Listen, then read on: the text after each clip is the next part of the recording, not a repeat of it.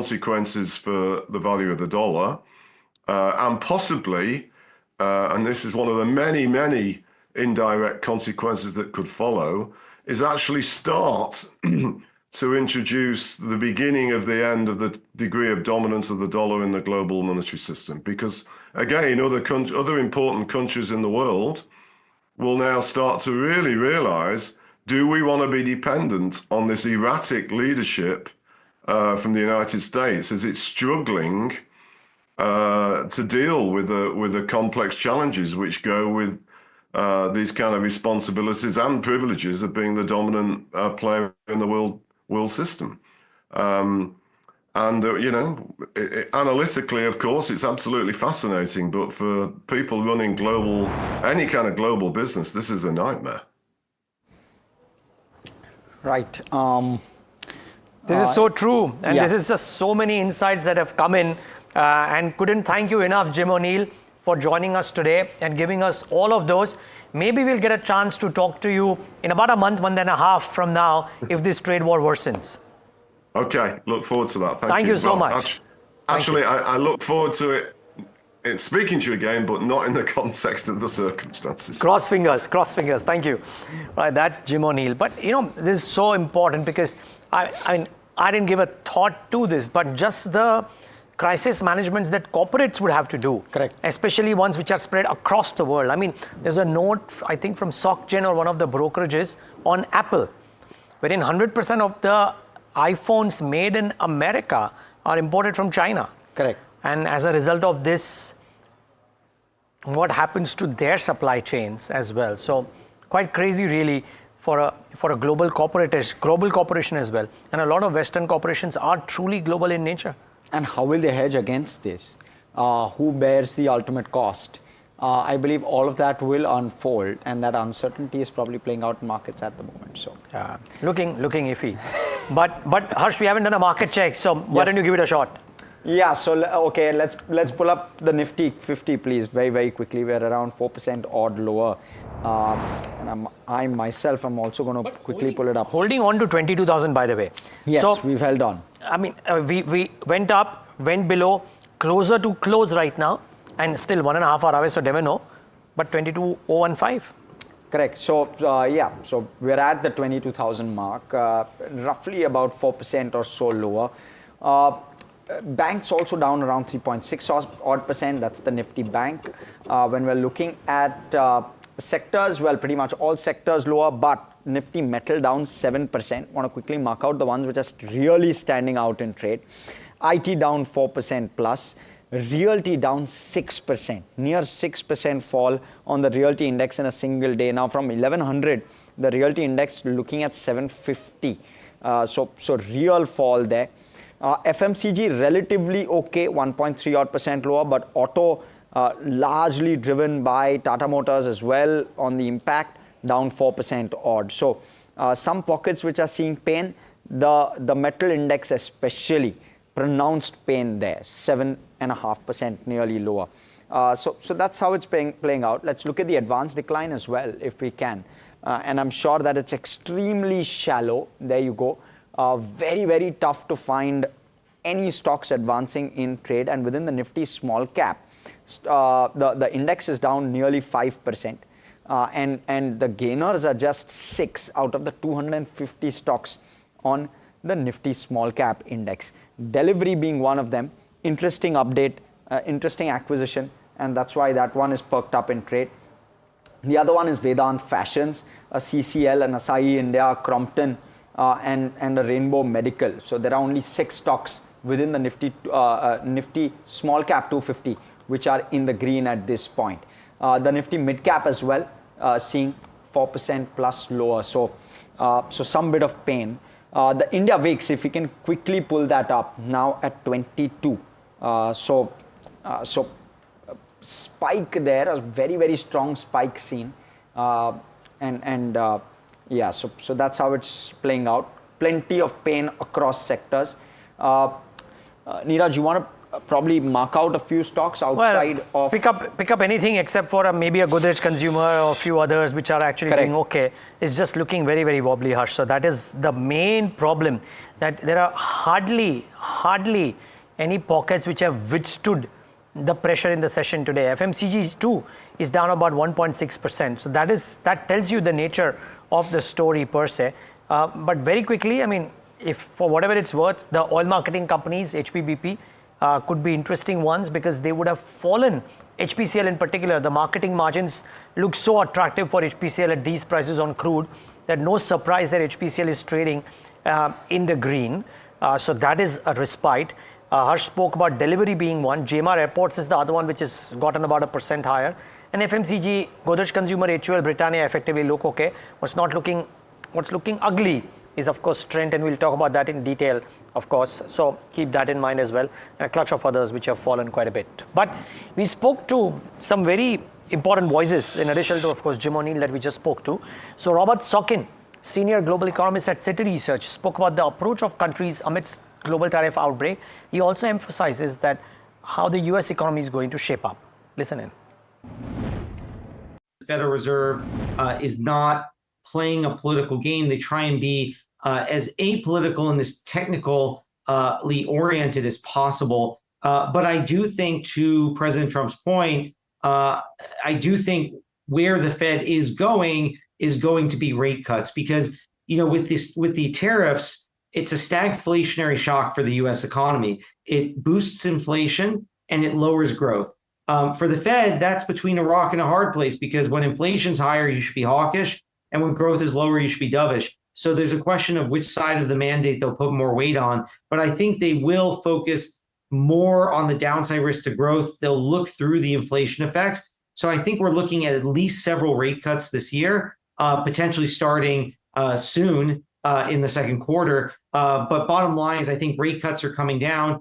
Rates are coming down, and it will depend in terms of the number of cuts. All of the questions we were talking about earlier, how long these tariffs stay in place, what type of retaliation we get, how large the negative effects are. But I think it will be a Fed that is easing policy this year.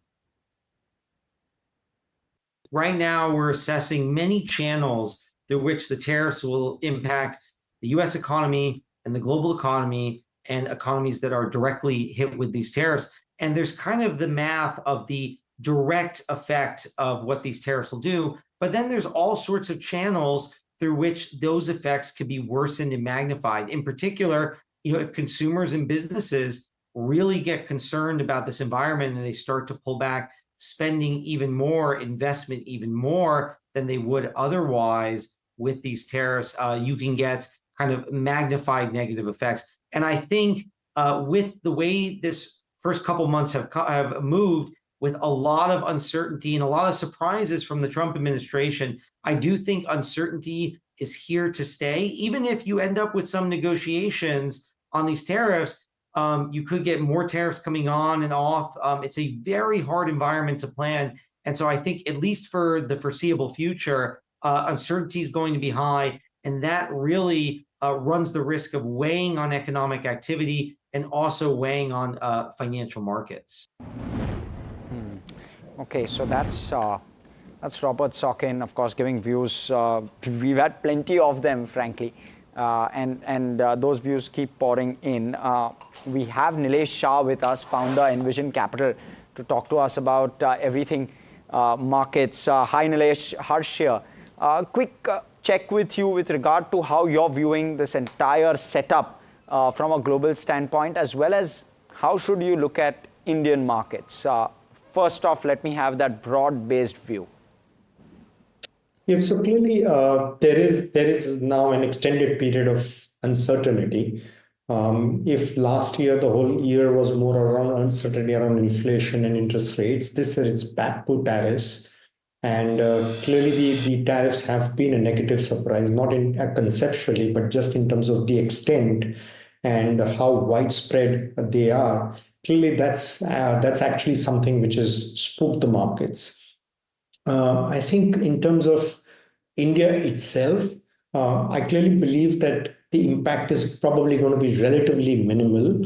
compared to the impact that could have on some of our Asian peers and some of the other emerging markets. So I clearly believe that fundamentally the impact is going to be relatively less versus others, but nevertheless there is going to be some impact, and that we will have to live with a period of uncertainty. So what it looks like is that maybe this uncertain times could last for a few more months. Maybe it could last for another maybe 3 to 4 months. By the time we have some bit more clarity in terms of which way growth and earnings are likely to unfold. So I clearly believe the markets will go through a period of consolidation for the next few months before it develops a sense of direction. Right. Nilesh, I wonder how bad the India impact actually is. The uncertainty, understandable, and market-facing jitters, also global markets having a bit of a rub-off effect on India, understandable. But do you believe that the India impact may not be as earth-shaking as is being felt elsewhere globally, or is being estimated at this point? So surely I think as an economy, we're going to essentially be relatively less impacted. So it's quite possible, and basically one kind of reads the views of economists, and maybe from a 6.5% GDP growth rate, we probably slip down to maybe about 6% or so. So there would be maybe a 50 to 75 basis point impact in terms of GDP growth, which obviously is going to be a fantastic place to be in context of where the global economy is going to be, and the fact that a market like US or an economy like the US is expected to kind of slip into a recession. So versus maybe economies like US having probably a negative growth rate, or maybe a large economy like China would probably see significant shave off in terms of its GDP growth rate. Versus that, India could probably still be able to kind of grow at close to about 6%. I mean, surely in this environment, it's going to be hard to kind of think about India growing at more than 6%. So clearly believe that from that context, the impact is going to be relatively less. But the bigger challenge for the markets is that in the short term, the markets move with sentiment and with liquidity. And because of the kind of uncertainty that has got created, we're going to see both sentiment and liquidity getting impacted. And that to me is a bigger risk for markets versus a significant deterioration of the growth outlook. And that's something which we will have to kind of navigate through maybe for the next 1 or 2 quarters. Nilesh, good afternoon, Neeraj. I was really looking forward to talk to you.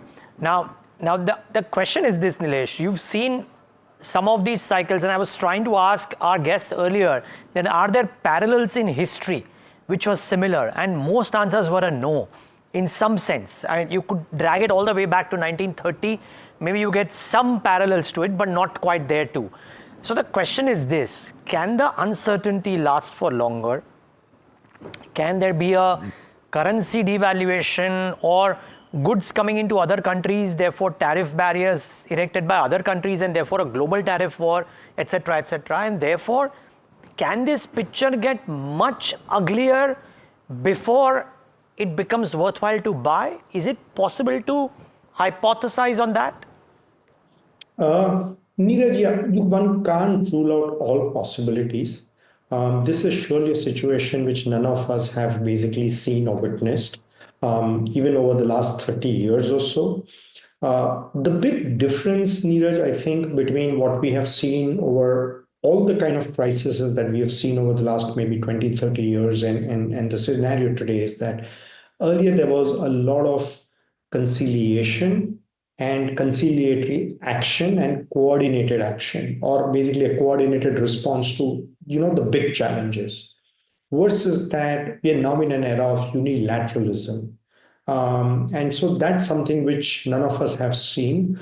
And this is a scenario which probably has not played out in maybe the last 80 to 100 years, or probably played out 80 to 100 years ago. So that to me, I think is the very big difference. But Neeraj, keep in mind one thing, that one is markets do tend to exaggerate the eventual outcome.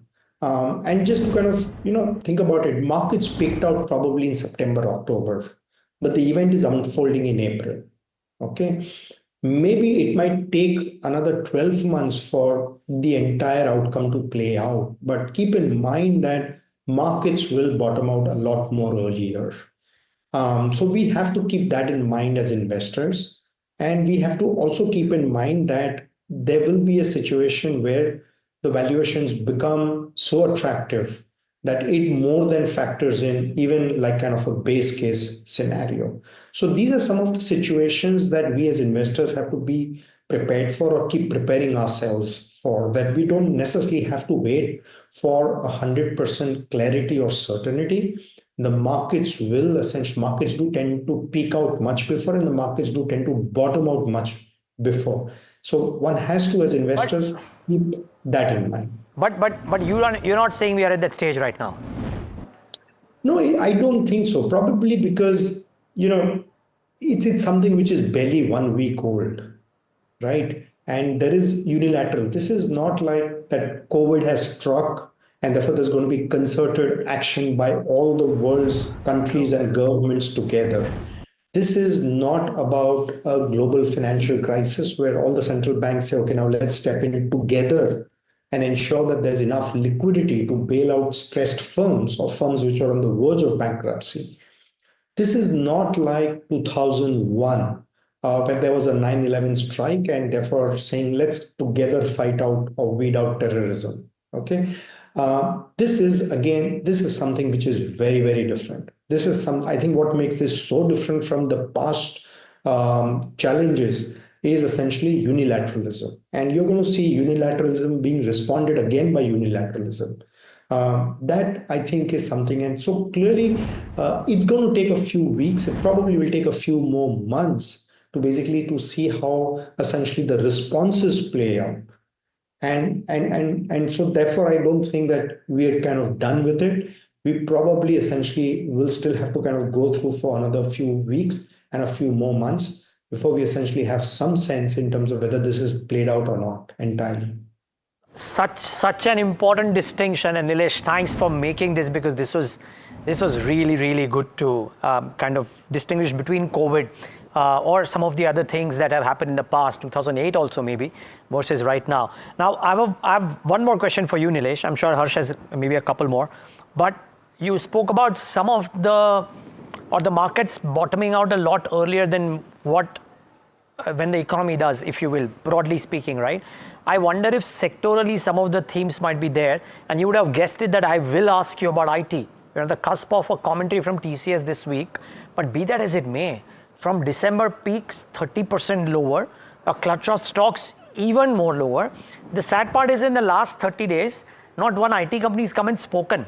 So it's very difficult to get a sense of how they are feeling. But maybe you've got a chance to speak, you've got to analyze, and you look at this space so closely.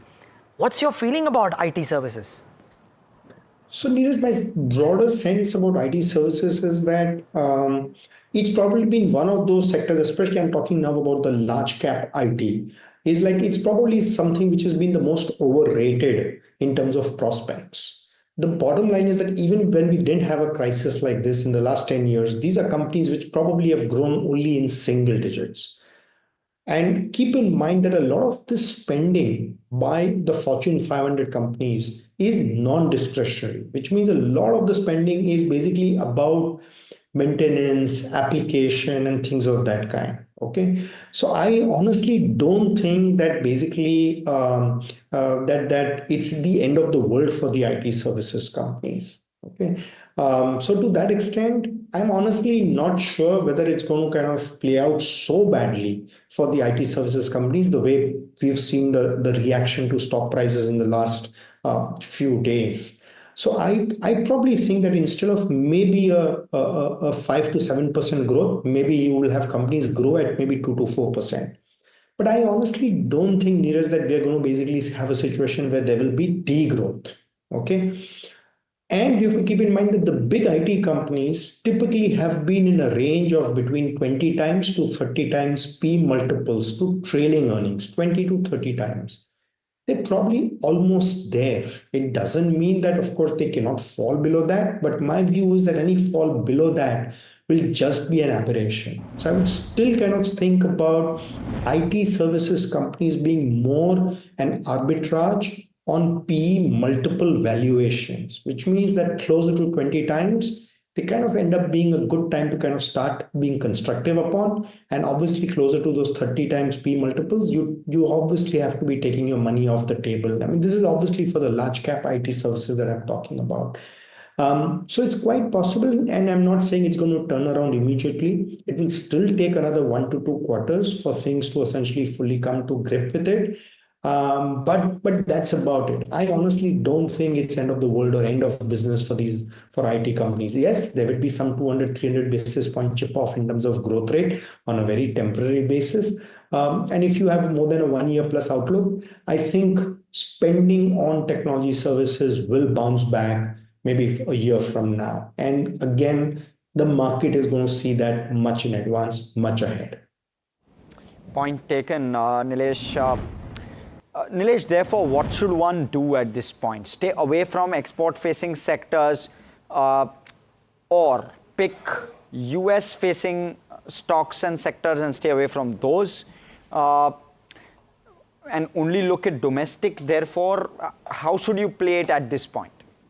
Yeah, so I still think there are 3 or 4 opportunities which at least seem to be the least affected. One, clearly, I mean, I think broader theme is going to be, it's going to be about domestic growth, domestic facing businesses.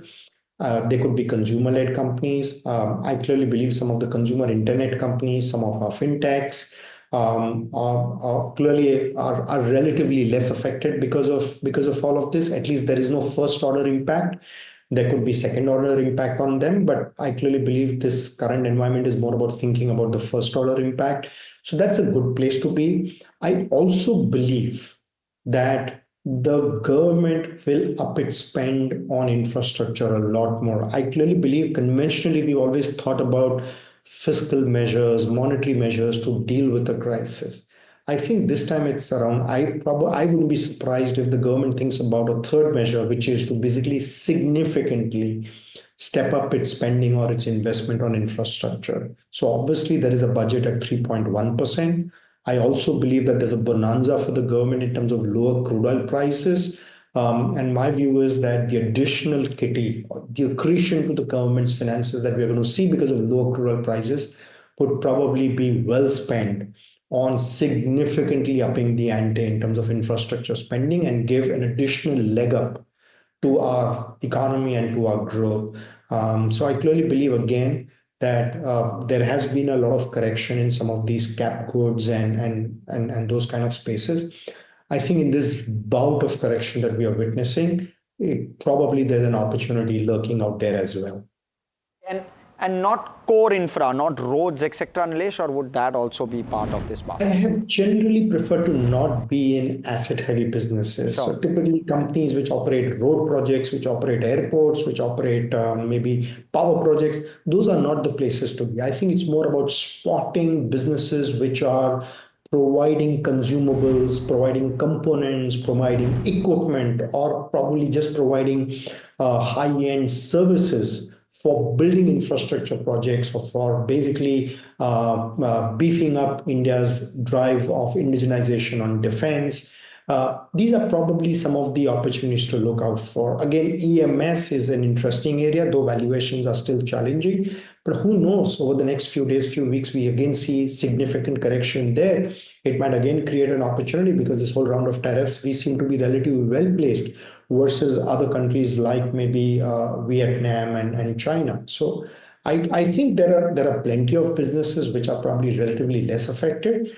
And then the recent round of correction actually is probably just the icing on the cake that one would have wanted for.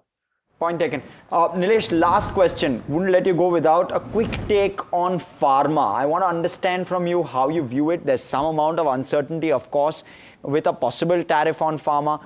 But can the US, one, afford that? And if so, would you therefore avoid it, or do you believe that's one pocket that could be an opportunity?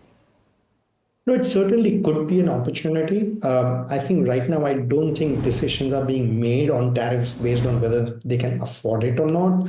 I think it's one broad brush kind of a policy initiative which has been unfolded, and till that the rate does not come out in terms of what's going to be the tariff rate, you will continue to see a period of uncertainty. But having said that, I still think there are two things. One is the demand for pharmaceutical products still is very non-discretionary. I don't think alternative substitutes can be created. So I honestly don't think the demand is challenged for Indian pharma. Number one. Number two, with this collapse of crude, keep in mind that a lot of the raw material prices are the base is basically crude oil prices.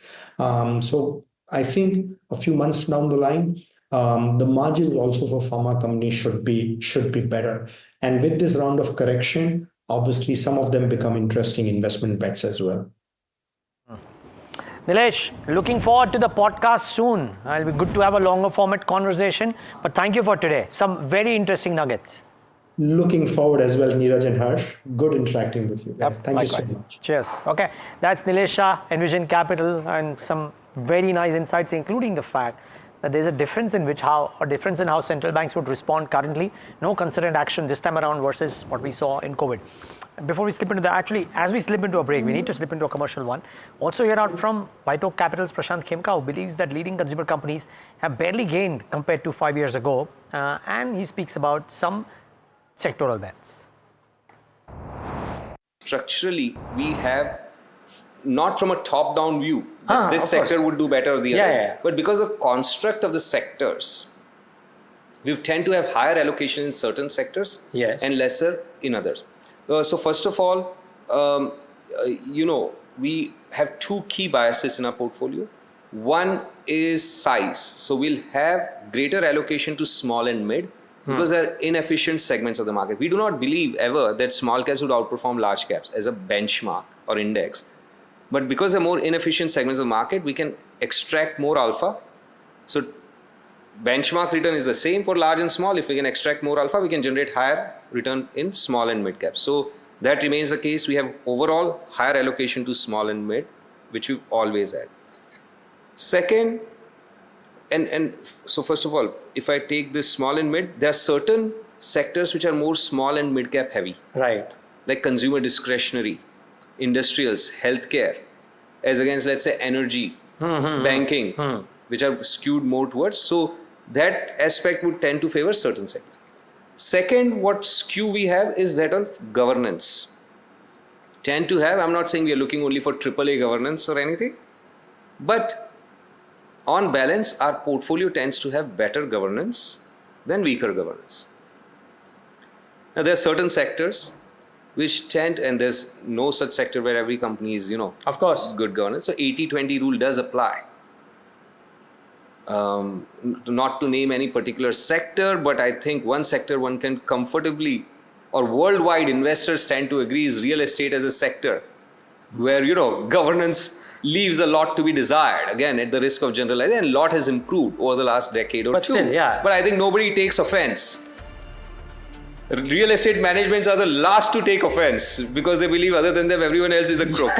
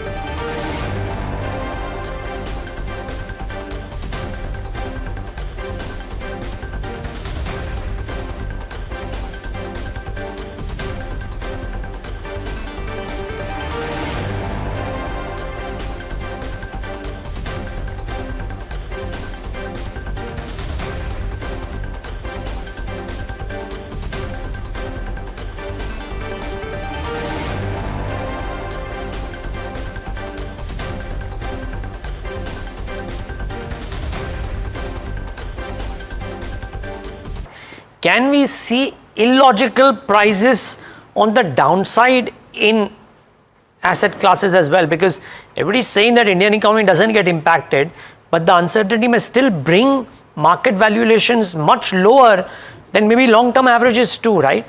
Can it happen? Undoubtedly, Neeraj, but markets can remain irrational more than you can remain solvent. While this phrase is used mainly for shorting side, it can be true even on long side. If you are taking leveraged position, you may think today X is the fair value, but with a policy change, X minus something can become fair value, and hence markets will have to make adjustment. Anyway, markets are always trying to forecast future. As of today, we don't know what kind of tariff will be there on pharma products. Who will bear the burden, manufacturer or the distributor, which has disproportionate margin? But yet market is going to take pharma stocks down, assuming that tariffs will be levied as irrationally as it has been levied on other products. So Great Depression is unlikely to occur because today both political class as well as central bank are far more cognizant about learnings of Great Depression. To a great extent, Great Depression can be blamed on very, very tight monetary policy of central banks around the world. I'm sure they have learned from the same, and unlikely that they will allow recession to go into Great Depression. AB Real Estate might look to sell their paper business to ITC. So that would be an interesting deal, not too big for ITC, but from AB Real Estate's perspective currently. On the 20th, he reported this in his segment Heard on the Street, which runs at 2:30 p.m. every day.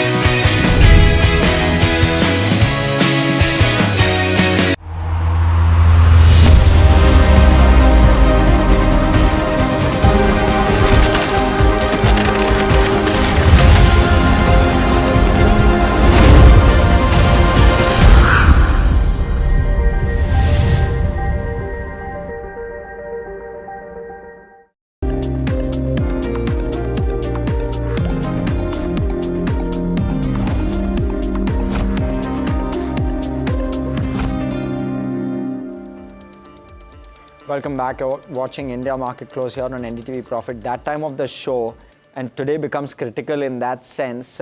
You also have European markets flashing at the bottom of your screen, so maybe something to look for. But what becomes critical is to understand what's happening in dealing rooms on a day like this. And Somit, as always, gives us those nuggets and insights. Somit, what are you hearing and what are you picking up today? Well, stock-specific buy flows are there. We have seen recovery in multiple stocks from lower levels. In fact, Nifty IT index is one of the clear examples of that. It is one of the highest gaining index from the day's low. It's up around 4.5% from day's lowest point. Strong buy flows is what I'm hearing when it comes to IT specific names from both foreign and domestic institutional investors. Then apart from that, it's Zomato. That is one stock that we need to watch out for, and that's and dealers are indicating that the 49% FI limit might have been breached in case of Zomato, and this could trigger a potential selling that would come in because of the from the FTSE and the MSCI indices. Apart from that, it's IndusInd Bank. That stock is seeing some buy flows on DI and large HNI desks. Dealers are expecting some positive announcement to come in for IndusInd Bank. HPCL is one stock that has been in focus among the oil marketing companies. In fact, HPCL is the only oil marketing company that is in green, while the other two are still in red despite the recovery that we have seen. And one of the reasons that dealers are highlighting is that that is the only oil marketing company that has a pure play domestic exposure, while BPCL and IOCL have some foreign exposure in terms of foreign assets, foreign exploring assets as well, but HPCL does not have, and hence higher buy flows that we are seeing on mutual fund desk when it comes to HPCL. Then there is Industars that has been in focus. Buy flows at lower levels on institutional desks, largely unaffected by tariffs, is what dealers are indicating. Plus, there's a high potential of a possible dividend announcement that could come in from with the Q4 results, and hence Industars is also seeing buy flows at lower levels. So keep an eye out for all these stocks. Today we are seeing some downtick all the back because of the Trump tariffs and market sell-off in general, but there are buy flows in specific names that I'm hearing. Well, some interesting names out there, and you could probably believe that some of these would be usual suspects from a perspective like that. But interesting to see institutional flows being there on a day when VIX is up 62%. Any comments on VIX? Well, as I was speaking with Chinmay, it is he was saying that it's implied and not what it's been predicting currently. So yeah, implied it's because of the fall that we have seen, but actually there's not volatility. We are seeing a steady recovery in the markets from the day's lowest point, and we saw that at the first half of the trading session as well. 12:30 again we had hit a low, but then again from those levels we are seeing a recovery. Yeah, does seem to be wanting to defend 22,000 for sure. Thanks for that, Somin. Let's get in Hemen Kapadia of DR Choksi FinServ on that perspective as well. Hemen, good having you. Thanks so much for joining in. Are you giving out a brave call today, Hemen? Very good afternoon, Neeraj. Thank you for having me. I would rather not be here today, but honestly, I'm not so brave to give a call enough because these are unprecedented times, Neeraj. Frankly speaking, you don't see this every day. Hope you don't see this often soon. 35 years in the markets and Saddam Hussein's war, nuclear tests, any number of things, Neeraj, but this is something which came just completely out of the syllabus. The VIX that you were speaking with, Somit, the US VIX on Friday appreciated by 50%, ended at 45.5. Comparatively, we are still at 22.5 and cooling off a bit. So, frankly speaking, I think there are too many things together. 21,800 was a support level. We've taken support now, Neeraj. There's a bearish gap, which is not a good sign. I spoke earlier with you and Harsh also. There were three bullish gaps. Now, I didn't expect the third one to get covered up, but that has also been covered up. So, frankly speaking, doesn't augur well, but time being, maybe like I said, in-street buying, maybe PSU buying. So probably a small spot of respite is what I see around 21,800, Neeraj. Would you initiate a short, Hemen, on anything at all today? No, So no long, no short? No, too late to sell, too early to buy. Oops, okay. Can I ask you for your stock ideas today, or are you staying away from that? No, I'm staying away. But if you were to put a gun to my head, I'll go for 4 basic stocks, which I think, had discussed earlier. Let's try. 4 years of hatching eggs, not doing anything. HDFC Bank, Kotak Bank, Bajaj Twins, and SRF. 4 or 5 quality stocks which have not done anything in a raging bull market over the last 4 years. So I think I would go for something like that. 1, it's not a short-term call. 2, you need to have patience. 3, you need to put more money after this if it falls down further.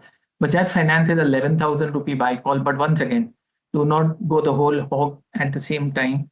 Keep space to add more in case this madness continues. Neeraj. Hemen, good afternoon. Good to have you here on a day like this. Just amused with the way you've given your calls today. But what about an IndusInd Bank? Again, I'm putting a gun to your head because outside of the ones that you've given in terms of names, you're not willing to pull a trade. So views on IndusInd Bank, because Somit was suggesting some amount of buy flows, possible positive news to trickle through, and therefore trying to understand this from a technical perspective as well. Well, I'll repeat what I said, Harsh. I wish I could run away, go on a beach, so sipping my ties. Having said that, I thought we were good friends. You wouldn't put such guns to my head. But having said that, on a more serious note, it's been a miserable stock over the last, 7 years? Harsh, Nifty, Bank Nifty, n number of stocks posted new highs. High posted by IndusInd Bank in 18 was 2038. We haven't come close to that in 7 years of a fantastic bull market. So, frankly speaking, near-term respite, yes. Support at 650, yes. I wouldn't venture a trade because 7 years of woeful, abysmal underperformance, and it's still going nowhere. So I'd say stay away. I mean, some of the banks just are not cut out for this, frankly speaking. Heyman, the view on something like a Trent, because that's the other one which is reeling under pressure today. Well, many of these 10-bagger, 20-bagger needed a reality check. Technically, I'm not saying fundamentally though. So yes, I believe that the worst is not yet over. Deeply oversold, there's a bearish gap today, which is not a good sign. There could be support coming in. There would be bounces coming in. For me, the support comes in at 4,200, which is a distinct possibility. Maybe not today, tomorrow, maybe next month. So, and we've had a brilliant move, frankly speaking, Harsh. And this move has been on for what? It made a bottom in 2008. So that's 17 years of an up move, Harsh. I'd say it's going to do nothing for the next quarter. Yes, I'm not saying it's going to go one way down. There is support oversold, but for me, if I were to venture a trade, a contra buy call, I mean, obviously not futures, in cash would be at 4,200. Okay, well, Siddharth Khemka joins in as well, and of course we'll get in Puneet for the stock of the day, but before that, Siddharth Khemka, thanks for joining in. What's the mood in the dealing room? Are you guys telling clients to buy and clients buying, or are people sitting on the sidelines? Yeah, good afternoon, Neeraj. I think views are clearly mixed. A lot of people, a lot of clients, they are clearly sitting it out and waiting for clarity to emerge. While we definitely have seen a lot of other large clients coming in and deploying more money into the fall that we are seeing today. So clearly it's a mixed view, and what we are suggesting is to clearly focus on fundamentally strong stocks, the domestic themes or the domestic consumption oriented sectors where the global volatility risks are minimal. And third is areas where the valuations are not that expensive. I think these three combination is where we are suggesting our clients to focus on. And finally, the fourth thing is not to put in all in right now. We are suggesting to go in tranches, 3 or 4 more tranches, because a lot of things are likely to go up. And the biggest worry right now is how this escalation in trade war could result into a global economic slowdown, and sectors which are globally linked could see a big impact in earnings growth going forward. Okay, well, our stock of the day is Tata Motors, trading 6% lower after JLR decides to pause exports. Puneet Johnson with more. Puneet. Well, thanks for that. So definitely the key trigger is that from UK, they've stopped the export of these JLR vehicles to the USA, and that's going to have a revenue impact. Now, earlier it was expected to have a margin impact, but now with halting of sales, at least from the first quarter, this is expected to have a revenue impact probably in the end of the first quarter, at the start of the second quarter, because they still are maintaining a sizable inventory. They have mentioned that they'll be working with its new trading partners apart from the US, but US is a behemoth. It's roughly around 26% of the volumes for Jaguar Land Rover and 23% of its revenue for FY24. So definitely a big impact is expected because of the tariff tantrum. I just want to talk about the recent MS note today. In a bear case scenario, they actually see the target price of Tata Motors at 416 rupees per share. Out of that, 90 rupees will be for the JLR business. So effectively, you are saying that the whole, even in a bear case, where the stock prices have corrected today, we are seeing a sizable impact and a bear case scenario going forward as well.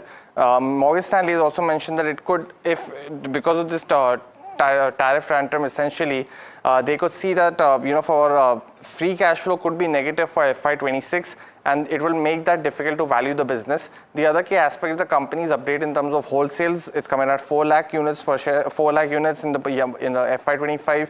That's almost flattish on a year-on-year basis. But the key highlight here is that they mentioned that they've achieved the net debt zero target for FY25, and that could be the only silver lining in a day that's been difficult for Tata Motors. Okay, thank you so much for that, Puneet, for that perspective. Siddharth Khemka, very quickly, with regard to Tata Motors, what's the view coming through according to you? I think clearly the company would be under pressure. 22% of JLR sales comes from US, and there is a clear direction from the company that until clarity emerges, they are going to stop exports into the country, and clearly they are looking at clearing off the inventories that is already there in US over the next few months. So I think a big earnings impact could come over the next few quarters, and which is what the market was fearing, and that impact has taken off. We downgraded the stock to neutral in early January, mostly on back of fears of a slowdown, especially in the key markets. That is also playing out. And I think clearly it's an avoid situation right now until there does emerge some clarity, either in terms of a trade pact between Europe and US, or JLR talking about setting up a unit in US. But that apart, on the domestic front, I think things are looking pretty decent, but that alone cannot help the stock in the current downside. So clearly we are avoiding, or you can say we'll remain underweight on Tata Motors at current levels. Hemant, view with regard to Tata Motors? Well, frankly speaking, one of the earliest stocks to sort of peak out, Harsh, and 538 was the support level where it's taken support. So at the risk of sounding a bit optimistic, I believe the downside is now getting minimized, and only if we close below today's low is there a cause for concern. We've come up from 1180 deeply oversold support levels, positive divergences coming. Very difficult to hazard a bottom in such a market, but I wouldn't be bearish at this point in time. It's at a congestion area support. There's a monthly support. I'm not sure if I'd buy, but absolutely not a sell, and I feel this level should hold. Siddharth, what are you recommending at this point? If at all there are investors waiting on the sidelines wanting to buy, you're guiding for staggered buying at this point. What sector are you focusing in on? Because I believe it's all become sector. It's completely sector related, right? Because you'll want to avoid US import or India export into US kind of companies. So what's the sector which you're really banking on at this point? I think clearly the focus is on domestic-oriented sectors. And if you look at some of the large sectors in India, say, for example, banking and financials is one such sector which is largely domestic-focused. Yes, there are certain, you can say the interest rate outlook is governed by the global economic. And currently we are seeing that last few months, RBI has created a lot of liquidity through the OMOs, through the CRR cut and the start of the rate cut cycle, all of which is positive not only for the banks but largely for a lot of NBFCs where the NIMs improvement is expected over the next few quarters. So banking and finance is something that we believe valuations are comfortable, growth is improving, and the interest rate cut cycle as well as improving liquidity is structurally positive. So within the banks, what we are suggesting, ICICI Bank, SBI, HDFC, Kotak, these are some of our preferred picks. Within NBFCs, we like Bajaj Finance, Shriram Finance. These are some of the NBFCs that we like. From the other space, domestic consumption, that is a key theme that we believe could revive this year. Domestic demand is improving with a lot of commodity prices coming down. The commodity price inflation, that will come down, margin should improve. And so the sector has not participated in the last few years. So A, sectoral rotation, B, we could see a lot of fund flows into the consumption theme because some of them are large, good management, and the exposure to their sector has been relatively lower. So all these things make them a good candidate for fund buying into them. So not only these staples, I think the broader consumption theme could also do well.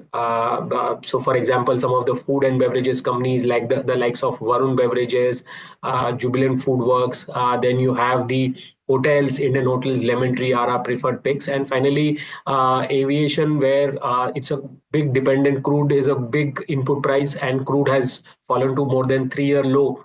So margins improvement plus demand for Q4 we saw very strong demand. That numbers will come. Q1 will have the holiday season where again domestic demand will be pretty strong. So we believe some of these sectors could be in focus in the current global and volatility. Okay, so point taken. But let's go across. We have Apollo Microsystems Management. We have Mr. Krishna Sai Kumar, who's the whole-time director at Apollo Microsystems, joining us this afternoon. Of course, numbers posted. And sir, was it your best ever top line in terms of quarterly top line? And I want to understand what the FY26 prospects seem to suggest on the basis of this. Yeah, we are in line with our guidance. Earlier we have given 40 to 45% guidance as the growth is concerned. So we are very much in line with our guidance for the concluded financial year FY25. And the same trend will continue with the 40 to 45% growth for the next financial year FY26 onwards. And this quarter is the best quarter ever. That's how I have to say. Anyway, the audit is yet to be completed. We'll have to see how the bottom line, finally envelops into. And how's the order book building up, sir? We've seen very strong order flows in Q4 FY25. Is that correct? And therefore, what's the outlook for FY26 on this higher base? What's the growth looking like in your view? So order book in next 1 year will grow at least by 3.5 to 4 times. That's what we are estimating. So it could be close to around, by the time we conclude March 26, our order book should be anywhere the minimum of around 2,000 crores. Okay. And what's the execution looking like? You also have a unit 2 which is going to commence operations Q1 FY26. Are we on course for that? And therefore, what's the outlook like going forward? Yeah, the unit is already ready in last quarter itself. So the teams will be moving in next couple of weeks. The unit 3 is getting ready, and unit 3, 50% of the phase 1 of the unit 3 will occupy by September. And balance 50% of the phase 1 will occupy before December 2025. So this overall net cumulative, expansion of the entire facility would support us for the upcoming, large projects, for the production actually. So you're going to end the year at roughly 500 to 550 odd crore in terms of top line, if I've got this math right, and ballpark. Where do you go FY26, 27, 28? What's the growth clip like? You'll have a 2,000 crore order book. How quickly do you execute? Yeah, so as of December, we concluded 400 crores, and this quarter is around 161. We have already posted today to the stock exchange. So it concluded at around 561. As a disclaimer, the audit is yet to be complete, but this is how the figure would be. And with the kind of the current orders and the upcoming orders coming forward, I think 40 to 45% minimum growth will continue to demonstrate for the next, the current financial year, FY26 as well. Are predominantly all your clients India-centric, Mr. Kumar? Yes, mostly all my programs are indigenous programs. And we have started our, overseas business development. We may get some, decent contracts this financial year, but I'm not sure if we would be executing in this financial year. But yeah, for sure, most of the, programs, are indigenous, and the revenue comes from the indigenous programs only. So very little to no impact of the entire buzz around tariffs for you? Absolutely no. I think there is, as far as we are concerned, the tariffs absolutely have no impact. And the trade war, I don't know how far this trade war is going to continue. But, I think, the piling up of the inventory for the actual war is actually being done across the world. I think that's a good news for all the defense companies around. Right. And your margins have largely been around 20 to 26%. Would you say that there is more scope for upside rather than downside, given the kind of growth clip you're growing at with regard to top line? Major expansion for this financial year in terms of the margin may not be, if I have to, give a guidance. But from the next financial year onwards, FY27 onwards, I think there should be a good margin expansion. But broadly, the margins will continue to be stable and a little on upscale, definitely. even after the long-term debt that we have taken for increasing our infrastructure. But yeah, I think from FY27 you will see a decently good margin expansions as well. So apologies for trying to push you on this. So around 20 to 23%, is that the kind of range we can expect in FY26? Is that the thought? And thereafter, how much of an expansion does that leave you with in terms of bandwidth? I think for me to give a good number to it, it will take another couple of quarters with the order and flow and the product mix that is going to come. I think that's the best time I should give a better guidance rather than at this stage. But FY26 around 23%, is that reasonable? Yes. Okay. Point taken. Okay. Thank you so much, sir, for joining us, and of course, wishing you all the very best for a very strong Q4 in terms of numbers and FY26 as well. So great having you. Thank you. Thank you so much. Okay, time to slip into a very short break. Plenty happening, frankly. The last half hour of trade on a day like this looks very interesting. And of course, we'll discuss more stock-centric ideas on the other side of this very short break, along with BTST calls as well. So stay tuned.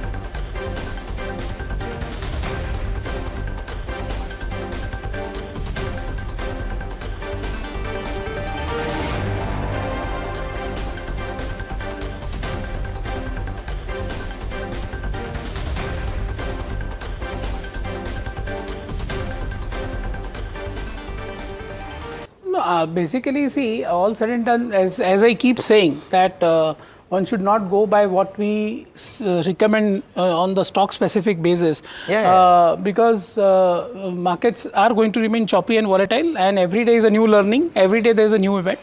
Luckily, market gave very good opportunity on I would say Thursday, when markets were steady and not falling much, and Friday opening was also only 60 points down for the Nifty, where we raised a lot of cash. Luckily we raised around 13.5 to 15% cash in the portfolios, and that will put to work slowly and gradually after today's fall. So, okay.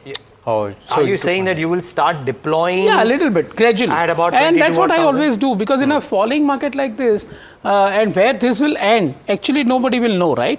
But I would agree with Mr. Ramesh Damani's statement that over next 2 weeks or 3 weeks maximum, something will happen, and Trump will claim victory, and things will start to reverse. So.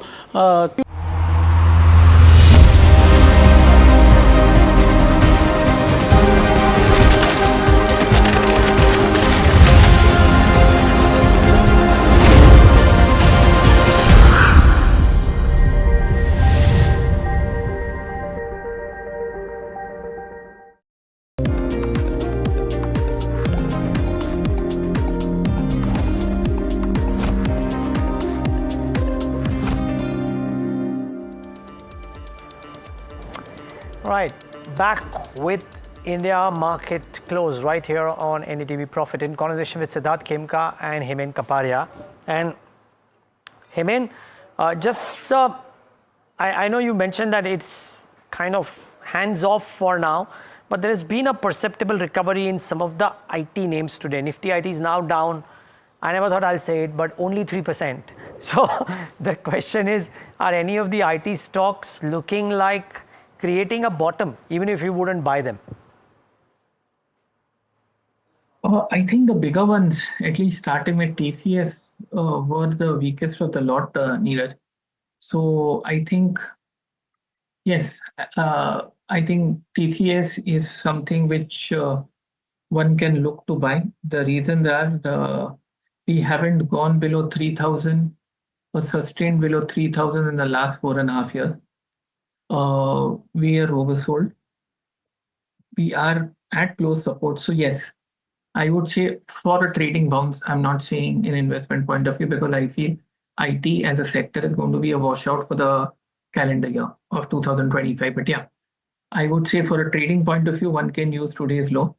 One gets the feeling that TCS looks better than many of the other stocks, Neeraj. Okay. Well, Siddharth, before we thank you, is IT coming in the realms of people saying that they want to buy at all today? Any of IT, mid-cap, large-cap IT, ER&D, anything else? Sorry, Neeraj. So I think mostly, as we said, IT is one of the top sectors where clients and even advisors, we are avoiding any recommendation.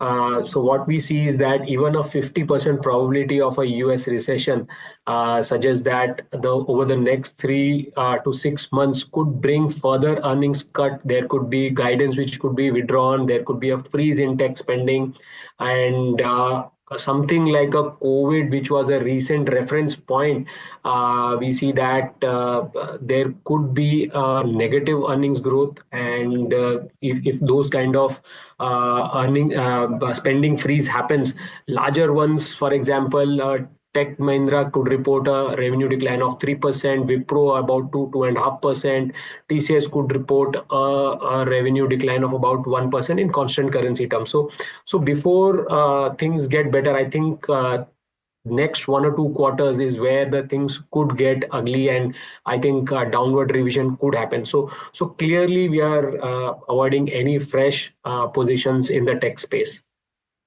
Okay, point taken. Thank you so much, Siddharth. We'll let you go on that note. Thanks so much for joining us this afternoon, giving us that perspective. The one big loser in trade today is Trent. It's lost over 15%, at least just about holding that 15%, in fact, after analysts shared bearish commentary on the stock after its numbers. Mahima here for a bull versus bear case on the stock. Mahima, take it away. Right. So, as you rightly mentioned, Trent stock has cratered in trade today. And before I move on to the bull versus bear case, let's take a look as to how the stock performance has been so far. This is the biggest fall since COVID, that is 23rd of March.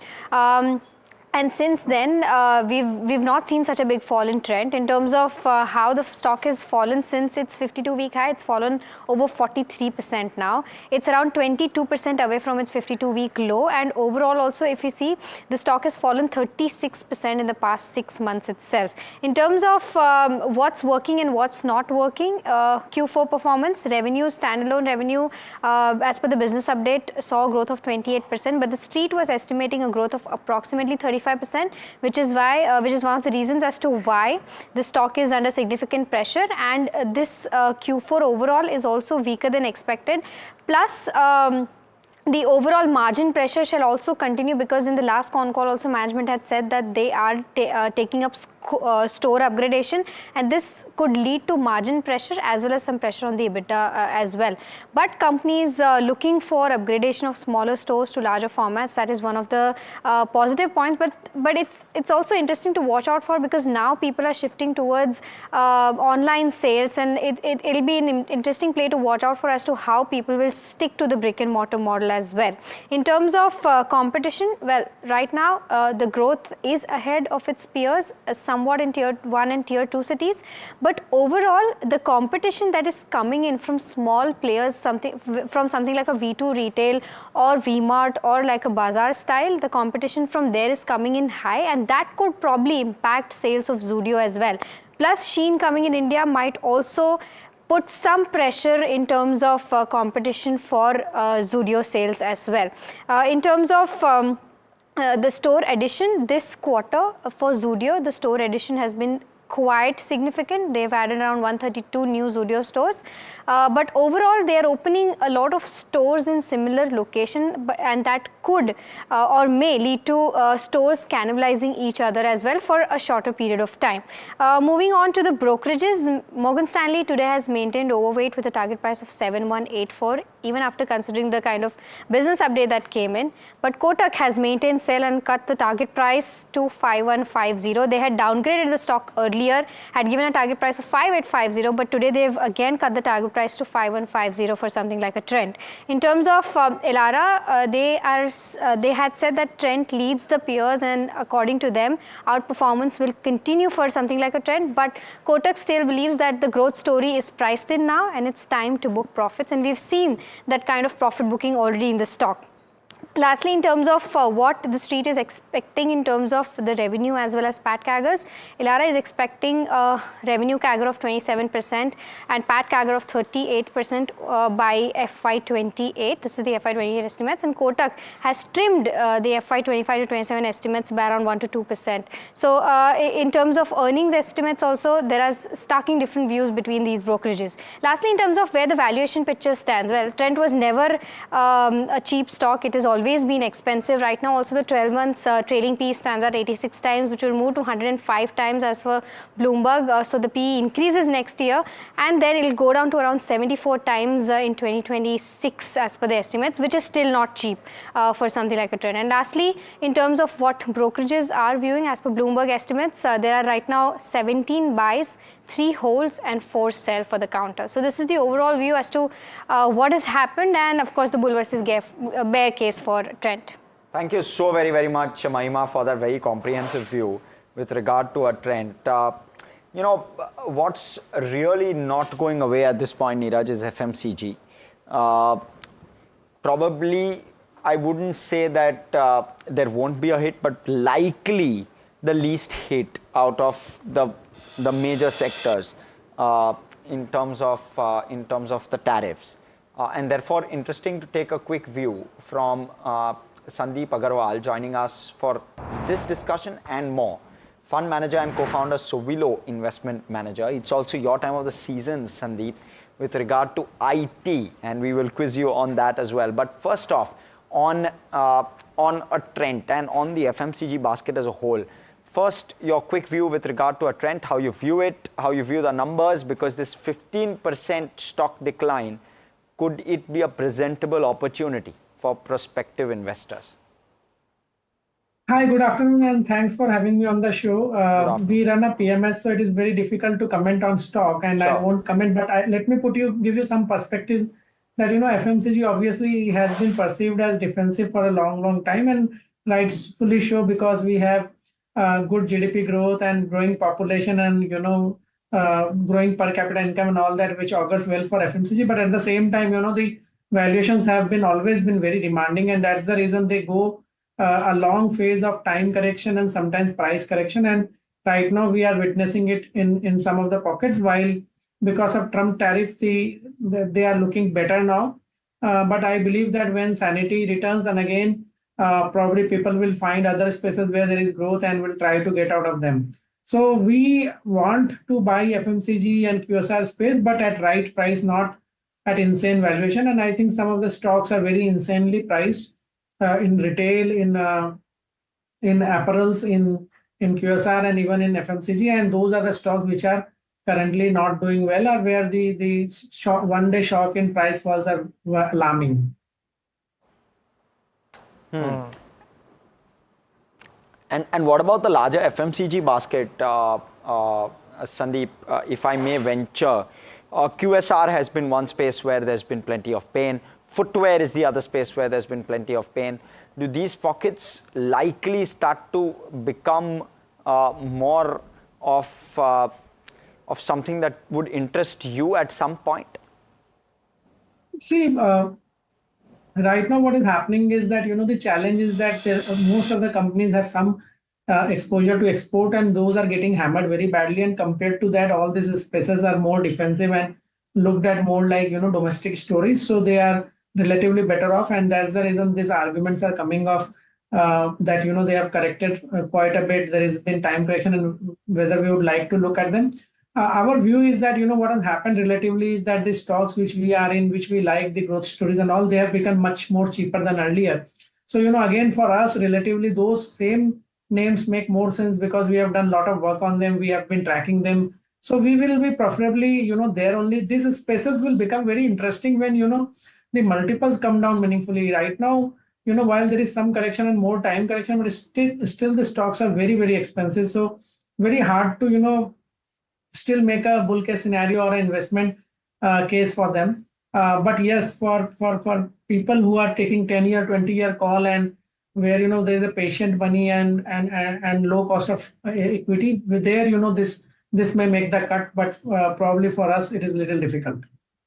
Okay, also that time where we have an exclusive coming your way. Sources tell your channel that the government believes that India is better positioned amid the reciprocal tariff policy versus peers. Shrimi joins us with that perspective. Shrimi, what are you hearing? Yeah, so top bureaucrat tells NDTV Profit that India is quite better positioned in terms of global trade landscape, as the country is. Shrimi, we'll have to patch you. Shrimi, we'll have to patch you again. The line is completely not clear out there, so we'll try and get that going in just a bit.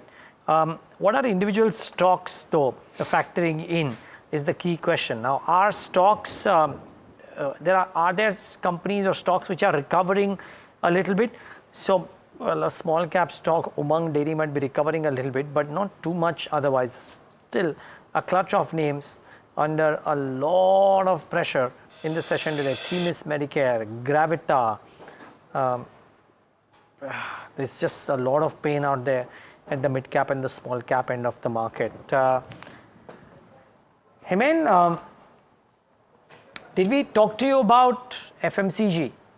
And I wonder if, while you only want to recommend a long if there is a gun put to your head, I'm enticing you with a coffee and asking you that would you buy an FMCG name for a trade, because they are bucking the trend today. I think so, Neeraj, because FMCG has, FMCG peaked with the market on the weekend of 27th September. Having said that, HUL is the big gun. It normally leads the FMCG pack up or down. I wouldn't venture out to say this is a double bottom, but it's tested the previous bottom, and that previous bottom has held. So in a market like this, yes, I'd stick my neck out and say if you want to play for a small bounce, I think HUL seems like it. I'm not sure if the risk-reward ratio is in favor if I tell you to buy with a stop loss of today's low. About 2,300, I think it should surprise, and it's also making a medium-term base. So yeah, FMCG, especially HUL, seems like it's sort of stabilizing after a multi-month fall, Neeraj. Okay, fair call. Now on to that story with Shrimi. I believe we got Shrimi on a better line with regards to what the government believes about India's position. Shrimi, can you hear me? Yeah, I can. Great. I'm sorry for the disturbance. No, you can't help it. Please tell us. Yeah. Yeah, so, the top policy makers tells NDTV Profit that, the India is currently focusing on enhancing its economic resilience despite this ongoing reciprocal tariff policies. And they are also saying, and in fact underlining, that this policy per se is implemented globally and are not kind of aimed at any specific country, and it's a part of a broader trade dynamic. However, the official admitting that there is a downside risk to the growth outlook amid this uncertainties, but the outlook for FY26 remains largely unchanged, which is in the range of 6.3 to 6.8% is what Economic Survey, highlighted. And as far as steep reciprocal tariff of 27% goes, India continues to engage in talks with the US. The government is actively working to finalize the BTA. And in fact, it's saying that it's, reviewing its existing tariff structure under this ongoing trade pact discussion. However, the policy makers are emphasizing that unlike some other nations, they have resorted to, go retaliatory measures. India is opting for more calculated approach, more balanced approach, and kind of aiming for stability and a long-term growth and trying to strengthen its economic ties with the US. So they're also pointing out that some of the developments are favorable for Indian economy, particularly the reduced energy costs, which are expected to benefit the country, manufacturing sector, and overall economic competitiveness. And they're also pointing it out that all those reforms which was announced in the February budget, as you remember, as far as personal income tax policies are concerned, they are going to have a positive impact on the economy, as the target which is being set for growth is mainly reliant on the domestic demand. So that's what the officials are telling us at this point, that there is a downside risk, that more or less they are as far as economic growth is concerned, they are quite stable and steady. And they are trying to sort of finalize this trade deal to navigate this entire tariff issue. Okay, thanks a lot for that. And from one policy, Srimi, thanks a lot for putting that into perspective. The government, as you see, has hiked the excise duty by 2 rupees each on petrol and diesel. Somit joins in with more. Somit, why would this be the case? Are we also looking at a price cut at the till level coming in to offset this, if you will? Well, yes, most likely this excise duty hike that the government has done, OMCs will take the brunt of that, and technically this 2 rupees hike will eat up to the marketing margins of the oil marketing companies, that is Indian Oil Corporation, BPCL and HPCL. Now, if you look at the integrated gross marketing margin that the oil marketing companies have been earning by selling every liter of petrol and diesel, it has been around 11 to 13 rupees per liter, which is at a multi-quarter high, and this has increased because of the sharp drop that we have seen in the crude oil prices.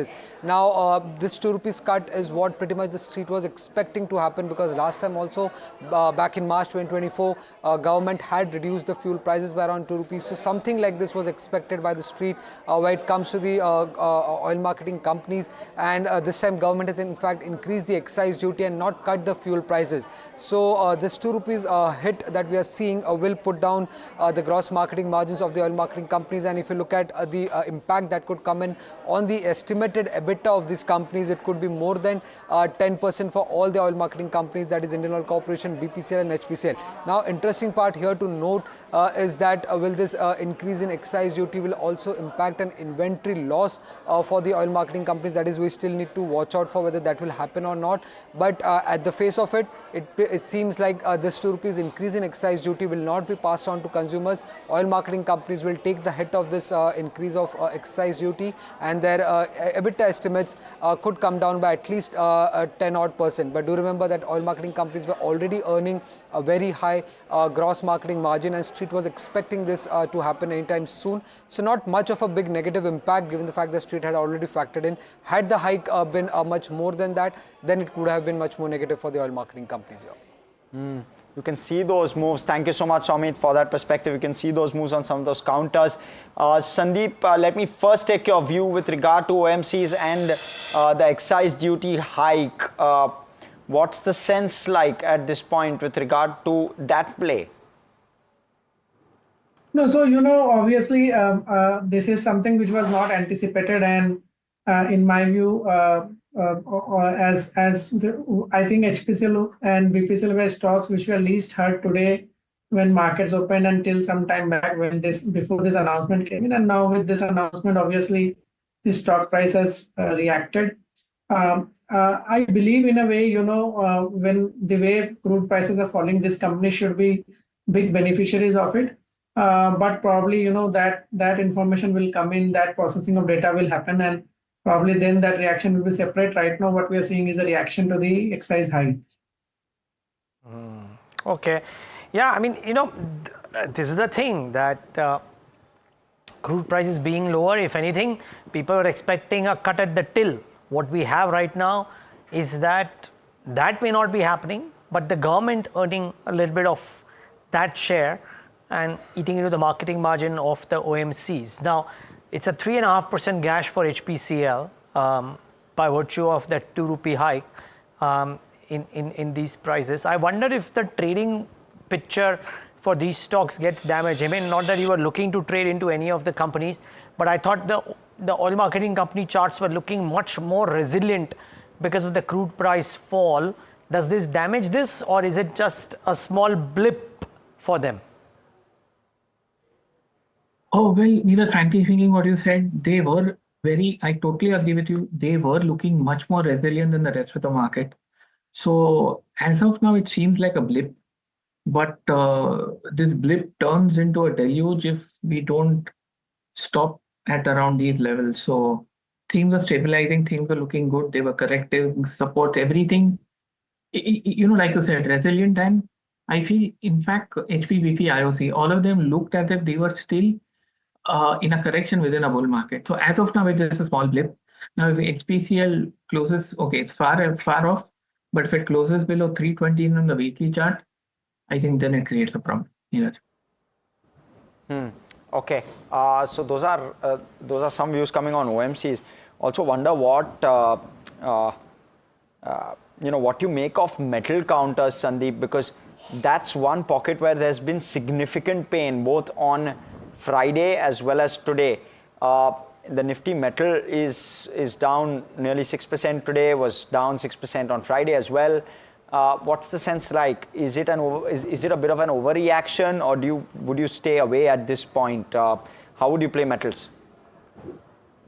So, metals and other commodities, everything is under pressure, and they are direct derivative of how you perceive global growth, and the way, the fear of recession in the largest economy in the world is going up, the probability of that, and also the impact of that, the impact of tariff on most of the economies in the world. Obviously, all the commodities will go through pain, and there is a fear that the demand for commodities can tank, and because of that, the prices can go down. And this sector is a huge capex sector where the operating leverages are very high. So obviously, there is a fear which is there, and that fear is playing on the mind of the people. I think uncertainty is not the time when people will buy metal, because metal type of sectors are being bought when there is a lot of certainty, when there is a risk on. Right now, no one is in a mood to have risk on. Everyone wants to take risky money off. So I think this will be preferred less. Probably right now, people will be more comfortable buying something like IT, Pharma, or FMCG rather than buying metal. Okay. Let's also talk a little bit about consumption, because some of those names in focus on the back of their numbers which came out, and trying to compare and contextualize this. A Godrej Consumer, for example, doing well in trade today, and how do they stack up in terms of their quarterly update numbers, Mahima, with that perspective? Right. So I'll start with Godrej Consumer, where we've seen that it's completely weathered the storm that the markets have had today. And this is because the Q4 update overall in terms of revenue uptake was better than what was expected and what street analysts estimated. In terms of volume growth, they're expecting a mid-single digit volume growth and overall a high single digit revenue growth. Adani Wilmar is another company which has posted strong Q4 business update. They're expecting volume growth of around 7% and revenue growth has been around 36% YOY. Dabur, on the other hand, has posted a weak Q4 business update where they're expecting volume growths in low single digits and revenue growth will be flat as per the management commentary coming in. Lastly, Marico. Well, mid-single digits volume growth is something that is expected by Marico, and overall revenue growth will be in high double digits. Now, in terms of the retailers as well, revenue volume growth around 7% and revenue growth around 17%. Nykaa is expecting revenue growth to be around mid-20s, and Trent, we already saw that the revenue growth, standalone revenue growth stood at around 28%. But when Trent is being compared to retailers in the tier 2 and tier 3 cities, something like a V2 retail or bazaar style, V2 retail has seen a revenue growth of 69% this quarter YOY, and the same store sales growth stood at 24%. This is much much better than, of course, V2 retail is very small as compared to Trent, but the growth that it has penciled in is much higher. Bazaar Style saw a revenue growth of 55% and the same store sales growth stood at 20%, and lastly V-Mart retail revenue growth stood at 17% and the same store sales growth stood at around 8%. So this is the overall roundup as to how Q4 updates and how Q4 has panned out in the consumption space, both for staples as well as retailers. Okay, thank you so much, Mahima, for that. Sandeep, views with regard to specific stocks difficult to get, but what about your take with regard to some of the FMCG updates? What is your expectation now from the FMCG space? So I think, FMCG will keep posting nominal numbers the way they have been growing. I don't see a big positive surprise in them because the tax benefits which have been announced, they will take some more time to percolate down. So the numbers will be broadly where they were earlier. But because, they are more defensive in nature and the certainty of them not getting impacted will be there. And that's the reason there will be more resilience in the FMCG index. So it is a good hiding place currently. Okay, point taken. And Sandeep, your quick take with regard to IT as well. What are you expecting in terms of numbers this quarter? So, I think, and this is what our view has been for last 7-8 months. We expected some correction because we believe that, the stocks were overhyped, the PEG ratios are very high. Now, I think there has been a good correction in last 2 weeks, and now the stocks are building in little bit of realistic growth. And I believe that, another few percentage of correction when the companies come and they update how they are seeing the demand environment, if that happens, then the FCF yields will start looking like more than 4% to between 4 to 6% for all the large names. And that is the place where I have seen historically in last 20-25 years, most of the stocks make a bottom. So I think, the only thing which needs to be seen post that is that there is no increase in cost of doing business. The American administration should not come and impose some restrictions which will increase the cost of doing business. If that doesn't happen, then I think with some percentage point correction from here, low growth will be built in and the multiples will be more reasonable. Okay, Himen, Sandeep, thank you so much for joining us this afternoon, giving us all of those views. We're just about closing for the day. It's a bit of a relief in that sense because we're closing very, very close to the day's highs. 22,220 is where we're settling in at, or 240, very close to the day's highs in that sense. And 3% down nonetheless. A tough day for the index, 670 odd points, but not as bad as we had started off actually. The banking index also down roughly 3% odd, and therefore largely in line with how the Nifty 50 index has done. Small and mid caps is where a bulk of the pain is, but again they're off their lows. 3% lower on the Nifty small cap 150, around 3.5% lower on the Nifty small cap. Sorry, the mid cap 150, 3% odd lower. The Nifty small cap down around 3.5 odd percent. In terms of where the Nifty 50 stocks are concerned, HUL is one of them. NTPC may be closing flattish, so is Zomato and Apollo Hospitals. Outside of that, there's quite a bit of pain across the board. Trent was the top loser, 14.5 odd percent lower. JSW Steel, Tata Steel following suit, 7.5% odd.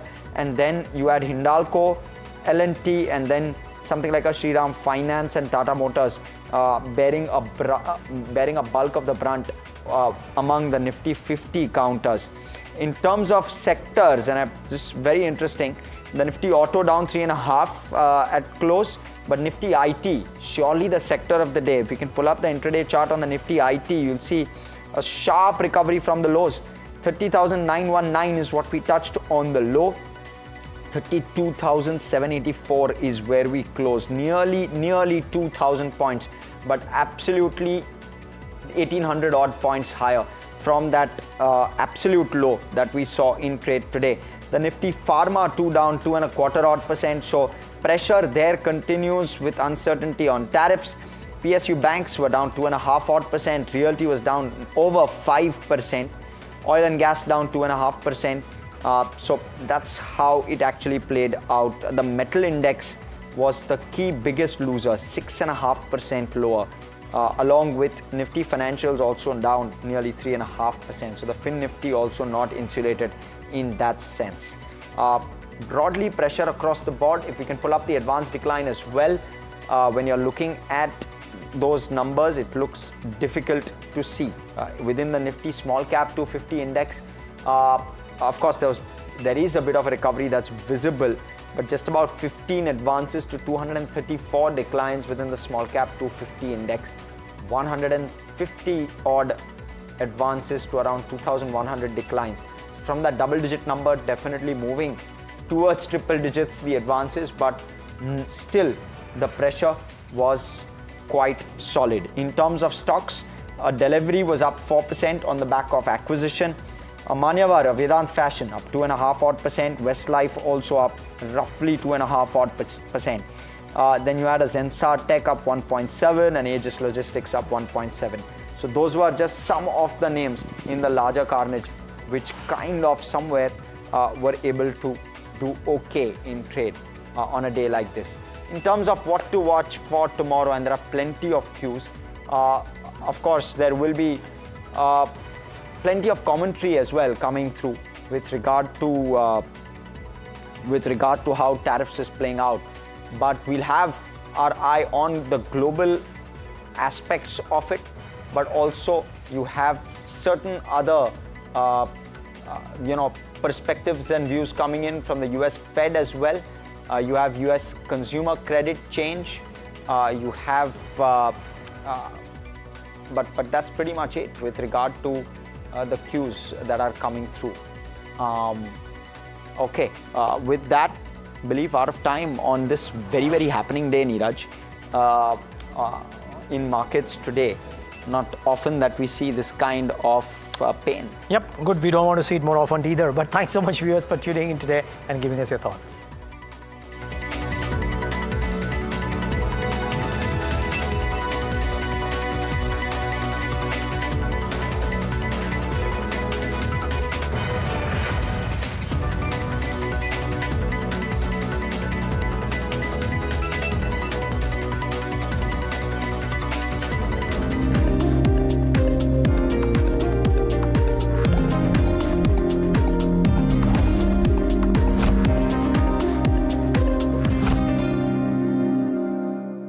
Can we see illogical prices on the downside in asset classes as well? Because everybody's saying that Indian economy doesn't get impacted, but the uncertainty may still bring market valuations much lower than maybe long-term averages too, right? Can it happen? Undoubtedly, Neeraj, but markets can remain irrational more than you can remain solvent. While this phrase is used mainly for shorting side, it can be true even on long side. If you are taking leveraged position, you may think today X is the fair value, but with a policy change, X minus something can become fair value, and hence markets will have to make adjustment. Anyway, markets are always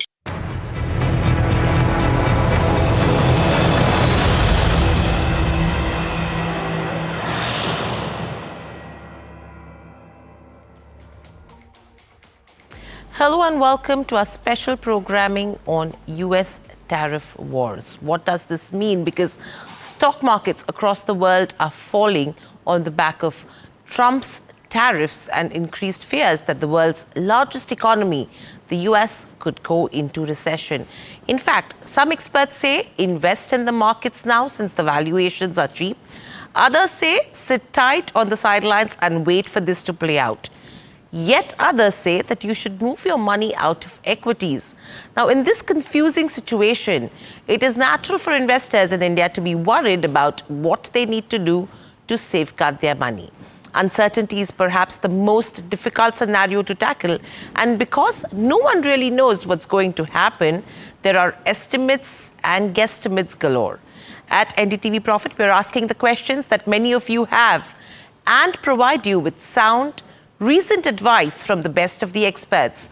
For many of you, this is probably the first market fall you're witnessing. Panic will not help you in any way, so we urge you to keep calm and weather the storm and keep watching NDTV Profit to get the best advice on how to be resilient in these trying times.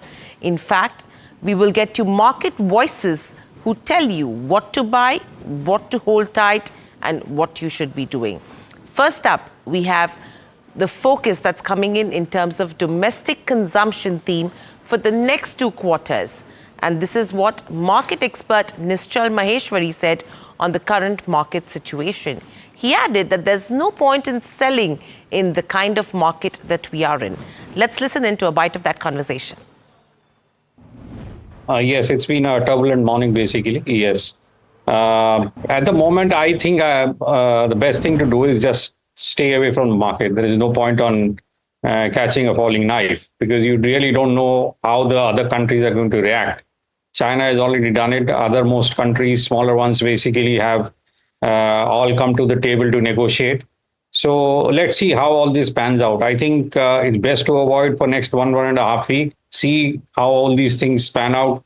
Maybe the Nifty will go to whatever levels. Nobody can predict that.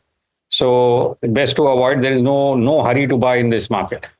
To buy, but then would you avoid selling as well, Nischal? Because the point is that, and here I'm talking about something like a Trent. Okay, so there was a business update that perhaps was not as rosy as some would have liked, but 28% growth in the revenue for the fourth quarter. It was expected of over 35%. It's a stock that is down 17%. It's a Nifty 50 stock. Do you avoid selling as well is a question. So it depends upon basically whether it's been selling because there has been some margin calls. If there is no margin call, I don't think so at this point. Basically, not only Trent but anything, there is no point in selling in this kind of a market. The markets are very low. I think some sane sense is going to come back to this market, and maybe you will get better rates basically to sell. So I totally agree with you. Basically, there is no point on actually going out and panicking and selling at these levels. Yes, you may still see lower levels than this. That's what I'm saying. I'm not sure basically how low it can go, but there is no need to panic at the moment because I'm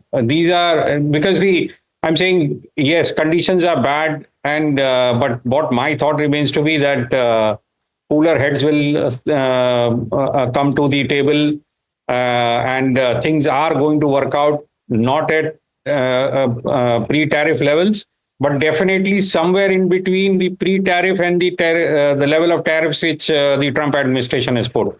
So across the world, I see maybe there is going to be some giveaway, mostly a 10%, which was the base level of tariff, and some percentage above that. But then it is much better than what we are today. So that's why I'm saying basically just cool off and see for the next 2 weeks how this market comes, and then only whether you want to buy or sell, then only take a call.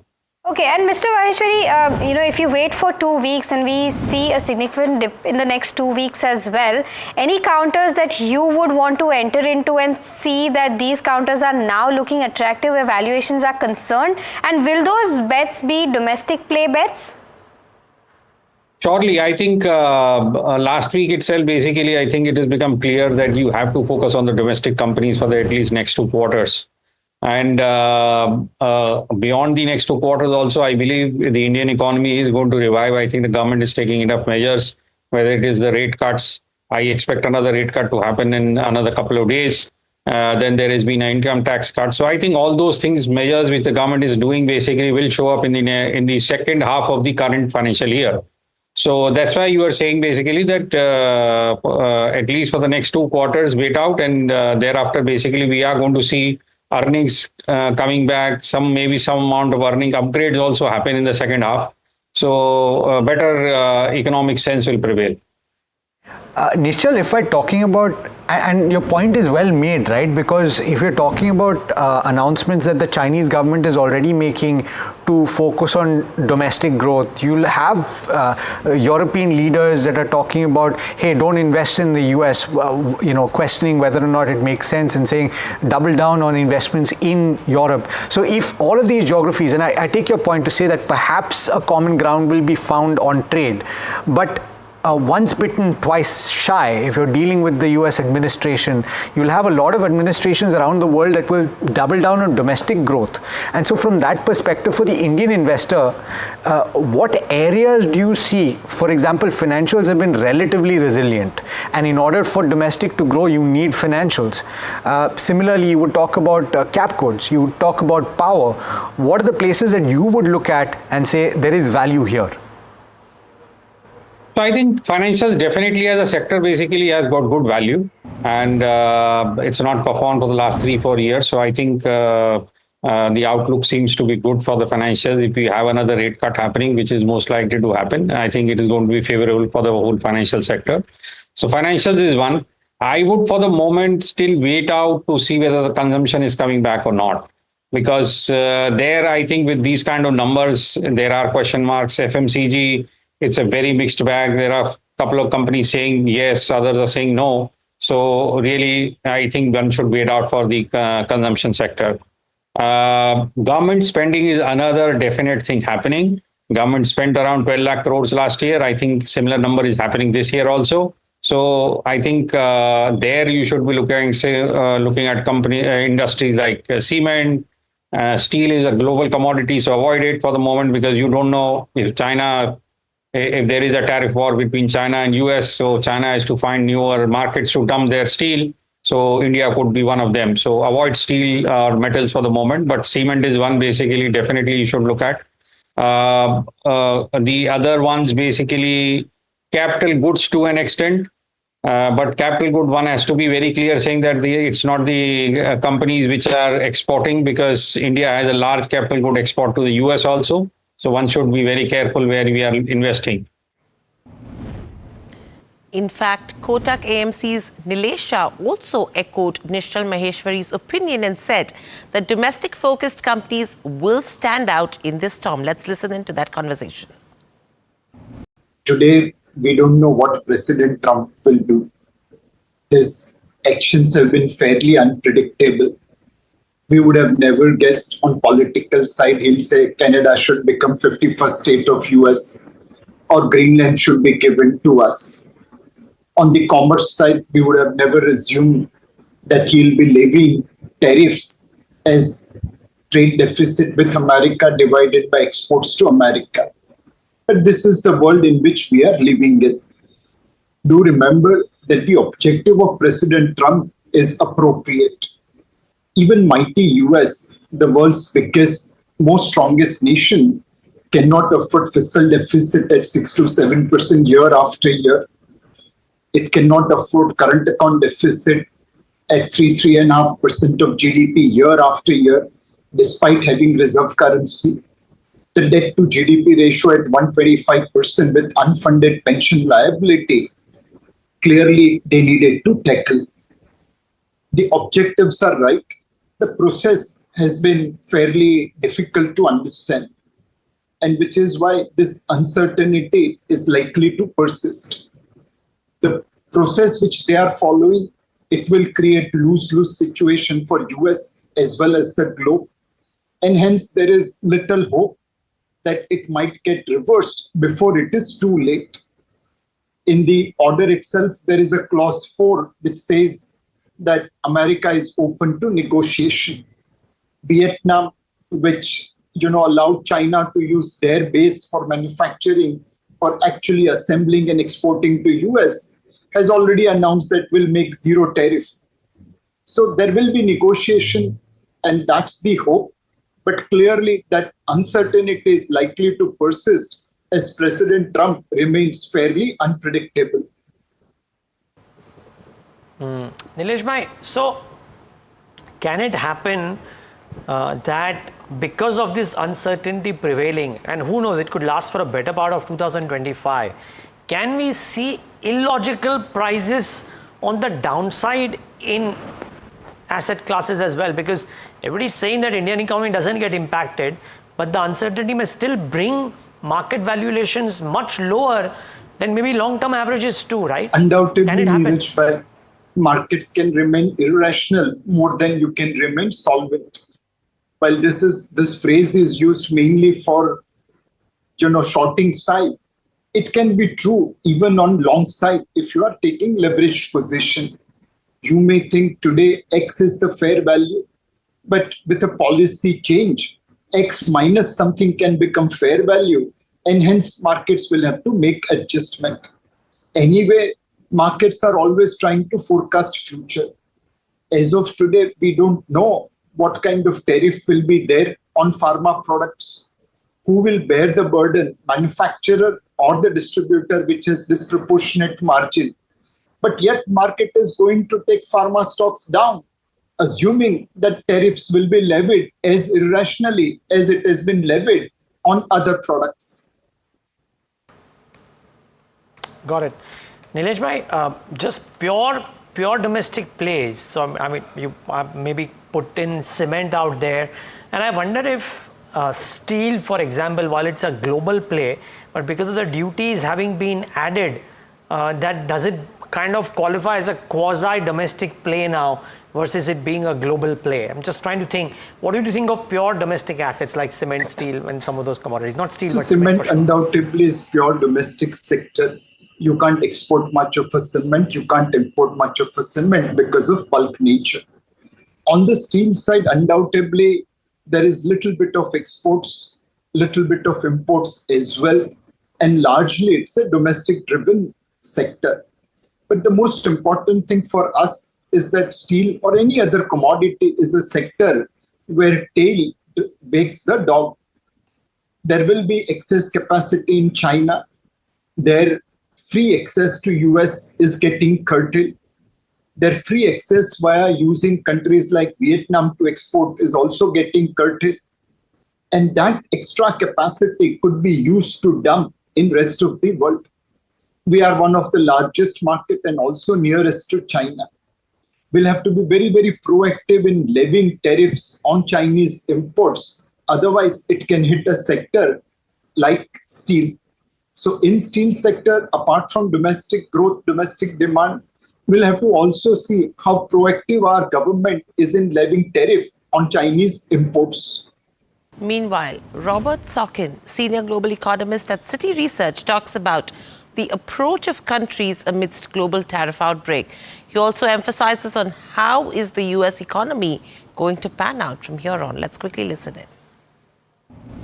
Right now, we're assessing many channels through which the tariffs will impact the US economy and the global economy and economies that are directly hit with these tariffs. And there's kind of the math of the direct effect of what these tariffs will do. But then there's all sorts of channels through which those effects could be worsened and magnified. In particular, if consumers and businesses really get concerned about this environment and they start to pull back spending even more, investment even more than they would otherwise with these tariffs, you can get kind of magnified negative effects. And I think with the way this first couple months have moved, with a lot of uncertainty and a lot of surprises from the Trump administration, I do think uncertainty is here to stay. Even if you end up with some negotiations on these tariffs, you could get more tariffs coming on and off. It's a very hard environment to plan. And so I think at least for the foreseeable future, uncertainty is going to be high. And that really runs the risk of weighing on economic activity and also weighing on financial markets. In fact, we also caught up with Nomura's Sonal Verma, Managing Director and Chief Economist, India and Asia ex-Japan. Here's what she had to say about the tariff war that is likely to play out. So I think the direct impact is probably easier to estimate, given India exports about 2.2% of its GDP to the US. So we know that there's probably a 20 to 30 basis point kind of a direct impact. But I think this is much, much bigger than that, and that is where the concern really is. It's really the weaker global demand, uncertainty weighing on investments, tighter financial conditions, which basically feed back into weaker business investment and also hurting consumer demand because of the negative wealth effect. And actually, the second round effects are extremely difficult to quantify and are still playing out as we speak. So our growth projection for FY26 is at the low end of consensus. We think growth will be softer the ongoing financial year at 6% on a year-over-year basis. But we do see downside risk even to this projection. And, globally, Neeraj, we've cut our numbers more significantly for other open economies in Asia, and for the US as well. We've downgraded our growth numbers for 2025. That was going to be my next question, that would you reckon that global growth at large as it stands takes a significant cut on current scenario, and does that, Sonal, change meaningfully? Let's say growth for the ASEAN region, does it change meaningfully if economies are able to strike some kind of a deal with Donald Trump? Because everybody at least in Asia and Australasia, maybe Australia, Japan, Vietnam, all of them are on record saying that they want to go to the US, talk to Donald Trump and try and reach a deal. That's right. I think outside of China and EU, at least most of Asian countries are looking to negotiate with the US rather than retaliate. And this negotiation is either in the form of lower tariffs, more investment in the US, buying more of US goods. So a lot of countries are offering that. The question is, the reciprocal tariff is actually not just about lowering tariffs. And for instance, the VAT or the GST that countries charge this is an important source of fiscal revenue for these countries. And therefore, it'll be very difficult to negotiate on the GST rate, for instance. Similarly, the tariff on politically sensitive sectors like agriculture is potentially non-negotiable in a number of countries. So I think it is possible that some countries do manage to negotiate their tariffs slightly lower going forward. But even countries that actually have basically an FTA with the US have been slapped with a 10% tariff. So the extent of rollback on tariff is possible, but may not be very substantial. And therefore, our assumption for the US is that US effective tariff rate on its import will be above 20% this year. And if the US wants companies to invest in the US, then they will likely keep tariffs high for some time. So the tariff rates will also be sticky. So some rollback is possible, but I think, it may not be very substantial is what I'm saying. Now, what it means in terms of global growth, nevertheless, is that the tariff shock is quite significant, both directly as well as indirectly through the various channels that we discussed. Particularly for the US, it is a stagflationary shock, and we have cut our growth projections for 2025 for the US. So on a Q4 over Q4 basis, we've cut our numbers to 0.5% down from about 1.4%, so nearly a percentage points drop. For rest of the world, it's more of a negative growth shock as well. So for Europe, Euro area and Japan, we've cut our numbers by 0.2 percentage points.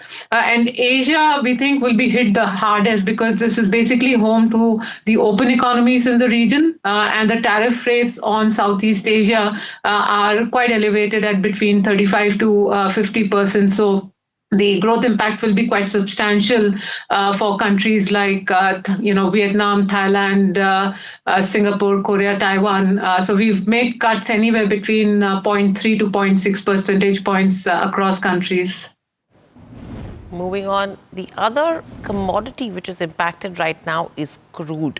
Actually, it hit a low of almost $60 per barrel. We also spoke with Vandana Hari, expert in the oil and gas space, about how deep the crude fall could be from here on. And she believes that the levels absolutely depend on what US President decides to do. He is the only one who can put a lid on the pricing right now. Let's listen in. That's probably, those are the most important questions and probably the hardest to answer. With regards to how much lower we could see prices go, I think it depends on what we see in the coming hours. And I'm saying hours rather than days, because I am expecting Trump to put out some kind of messaging, some signal that things are not going to be as bad as the markets are fearing. That what he's doing, he's talked about short-term pain, right? But I'm not sure that pain, that recession qualifies as the pain in his statement. So watch out for what Trump does and says. If he signals that it's not going to be as bad, I would expect crude first to find a bottom, and second to start moving up. Your question also was, how quickly it will move up? I think it will be very, very cautious, because it will take time for the markets, for the dust to settle. This is a huge shock. There's going to be aftershocks and ripple effects. So the market will be cautious. But at the very least, I think Trump is the only person who can put a floor under prices right now. And as we've seen last week, OPEC Plus has left the stage. So there's really nothing else that can come in to rescue. And I don't think the Fed either. I noticed you were talking about that earlier. I think they are in a wait and watch mode as well. So what is the upside at this point? And is it too early to call? Yes, I mean, look, you start thinking of all the supportive factors, one of them being, for instance, that, you just mentioned that TI slipped below 60. Even in the low 60s WTI, it is a bad environment for the U.S. shale sector. So you can assume that instead of the 200 to 300,000 barrels per day increment in U.S. oil output that we were factoring in for this year, at low 60s, below 65 WTI, it's going to be closer to zero. The other argument typically that comes into play is that as prices fall, that will ease inflationary pressures. There will be a little bit of a fillip in demand as a result to low prices. But see, the thing to keep in mind is all of these are very slow acting factors. So as of now, again, they are not ones that can quickly step in or will quickly step in to steady market sentiment. So we, as I said again, I'll repeat that I think it's watch out for what Trump says and does in the coming hours. So inventory losses with regards to OMCs, and if you talk about marketing margins, that could improve. So it's a double whammy with regards to, which direction OMCs go from here on, but an interesting aspect that we should be considering as well. But moving on, we also spoke to Walkart founder Habil Karakiwala, who said that Indian pharma companies that export to the US could face some pricing pressure as well as a temporary drop in sales. This was in connection with what impact the tariffs could have on the sector. Let's listen in. Currently, there are no duties on pharma, but what will happen in future only Trump will know. I could mention that the impact, it's not easier for anyone to switch manufacturing from India or anywhere else to US.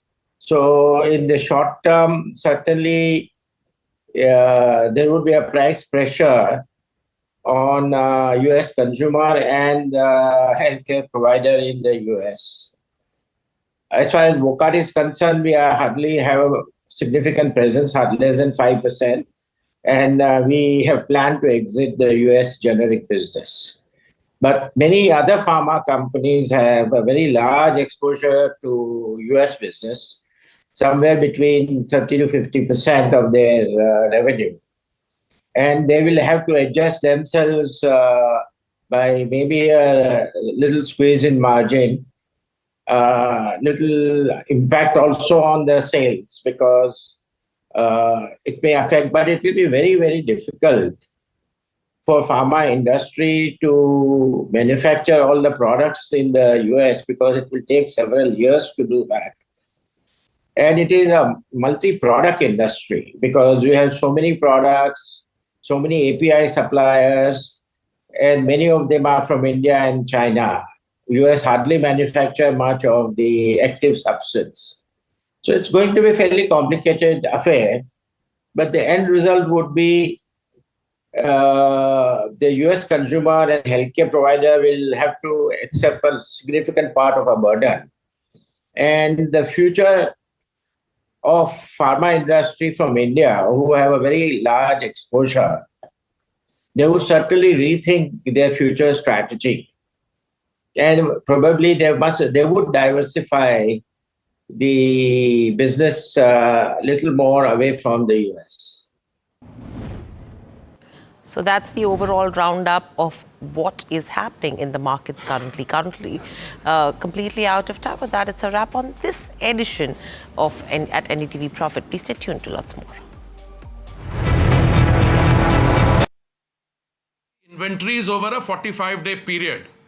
And if you go back to, say, early January, the crude price then was $83, which came down subsequently to $75. So the crude inventory that they're carrying is at $75 on an average per barrel.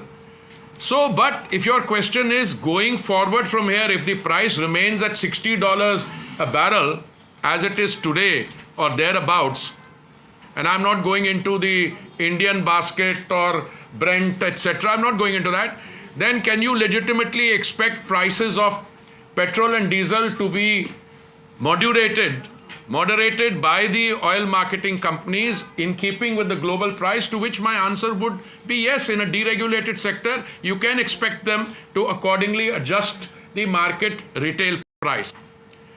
But that's not the only reason why I've called you here. I have requested you to come because we have also had to look at some other areas for decision making. And I want to draw your attention. We'll be giving you a note. The note I'm using, I'm also going to share with you, both electronic copy and otherwise. You know, we have come a long way on LPG. There was a time when an LPG cylinder was an item which was rare, which you had to stand in a queue for, etc. When the Honorable Prime Minister assumed office, So you said below 60, below 65. by today it's 60 or thereabout, 61 or 62. Yeah. But please let me complete, then you ask me whatever question you want. So there was a time when, you know, you had to stand in a queue to get a cylinder, you had to use influence. Today, you can actually SMS, you can also do what we call IVRS, voice call.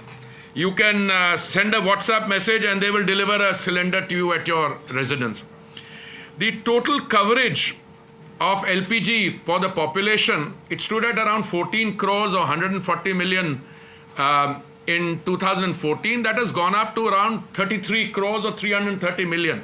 So if you go by the yardstick that you have one cylinder per connection per household, then the entire country is covered. In fact, I would say there's more than 100% LPG coverage. In addition to that, we have an Ujjwala scheme. The Ujjwala scheme was introduced in 2016, and the Ujjwala scheme also has something like 100 million plus or 10 crore plus beneficiaries. And the advantage of the Ujjwala scheme and overall LPG connections is that today our brothers and sisters, more our sisters, they can have freedom from firewood, coal, cow dung, cakes, etc., all the traditional cooking fuels, which is not the case even in some advanced countries, where even though the country is developed, the rural countryside is still using firewood and coal, etc. Now, the LPG infrastructure in India, I just wanted to tell you, we have now gone from 55.9% LPG coverage in 2014. We have gone today to 107.4% LPG coverage. Number of bottling plants of our OMCs or oil marketing companies has gone up from 187 to 212. Number of LPG distributors in India was in 2014, we had 13,896. Today we have 25,554. The domestic LPG connections I've told you, the consumption in the country of LPG through the OMCs, it's 17.6 million metric tons. In 2014, it has gone up now to 30 0.4 million metric tons. Now I want to come to LPG pricing, and I think this is one of the subjects on which I wanted to have this exchange with you. The price of LPG. Now LPG is the product which comes out of a refinery. When crude oil is refined, LPG comes out, petrol and diesel are also products of refineries. The international price of LPG, which has been determined by the Saudi CP international benchmark, has been going up. It went up from 415 metric tons, dollars per metric ton to $712 per metric ton, but we never passed it on to the consumer. We kept it exactly where it is, and I think the rate of increase has been moderated and absorbed by the OMC. As a result of which, last year, the OMCs had a loss of 28,000 crores because of the LPG are keeping the price of the gas cylinder, the 14.2 kilo gas cylinder under control, providing Ujjwala subsidy. They incurred a loss of 28,000 crores. And the government, through its provisioning, through the budget, we gave them 22,000 crores back. I just wanted to give you this background. Now, more recently, on 5th October 2023, the targeted subsidy on an LPG cylinder increased to 300 rupees, which in other words, and in the effective cost of a Pradhan Mantri Ujjwala Yojana cylinder came down to about 503 rupees, and for an ordinary cylinder to 803 rupees. Now, this has resulted in a cumulative loss of 41,338 crores last year. 41,338 crores. Madam, I'll be giving you these notes also. Whatever I'm using, you will have the same information. I'm just trying to set so that you can ask me questions. As a result of which, what has happened is that the Saudi CP international benchmark rose by 63% from 385 metric tons in July 23 to $629 per metric ton in February 25. It was a 63% increase. Whereas we brought the price of Ujjwala and the cylinder down. So, you know, you are two simultaneously competing trend. International prices going up by 63% and our prices coming down. This is what resulted in the loss for 43,000 crores. So what are we planning to do? The statistics will give you all the papers, this thing. You compare the price of LPG cylinder in India and Pakistan, Bangladesh, Sri Lanka, Nepal. Even if you equalize the currencies in terms of the exchange rates, India, as I said, a normal cylinder was 803 for the normal cylinder. LPG cylinder 503. In Pakistan, it was 1,080.59. In Bangladesh, 557.81. In Sri Lanka, 1,218.09. In Nepal, 1,206.39. The cost of cooking gas per day for a family, average family of 4 in India, was ₹6 and 10 paise. And the cost of cooking per day in a non-beneficiary, that is somebody who's not an Ujjwala beneficiary, is 14 rupees 58 paisa. Now, by any yardstick, that's a very reasonable price. And if you look at the cost comparison with neighboring countries, I've already given you ours. The thing has come down by 23% in our price at a time when global prices were riding. Pakistan, it rose by 5.53%, Bangladesh on 1 rupee 11 paise, Sri Lanka by 10 rupees 60 paise, Nepal by 5 rupees 73, in India it's come down, no, these are percentage, India it's come down 23.74. These are all percentage figures. I'm going to give them to you. Now, what has happened in Pakistan and all those countries, I'm giving you. What we have decided, therefore, is that the average price, not the average, the price per cylinder of LPG will increase by 50 rupees. In other words, from 500 it will go up to 550, and the other one will go up from 803 to 853.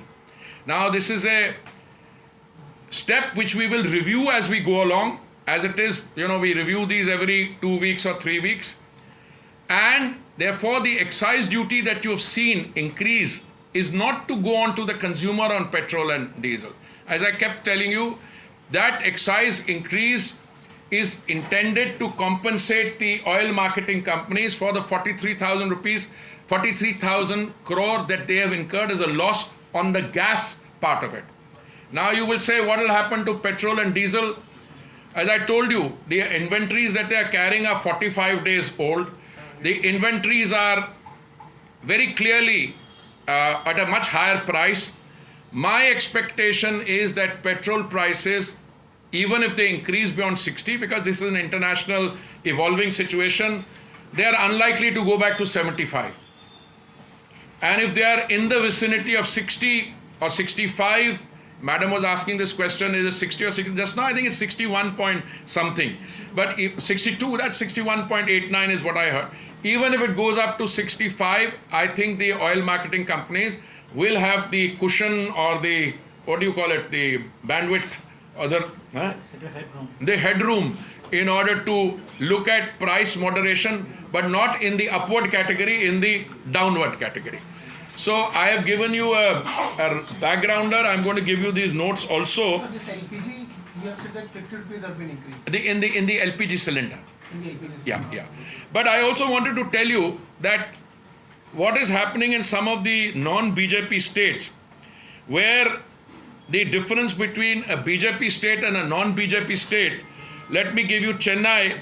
The difference between Itanagar and Chennai is rupees 9 and 93 paise. 9 rupees 93 is nearly 10 rupees difference in the cost of a cylinder. In between Lucknow and Telangana, it is 12 rupees 76 paise. Between Gandhinagar and Bangalore, it's 8 rupees 22 paise. Between Panaji and Kerala, it's 11 rupees 5 paise.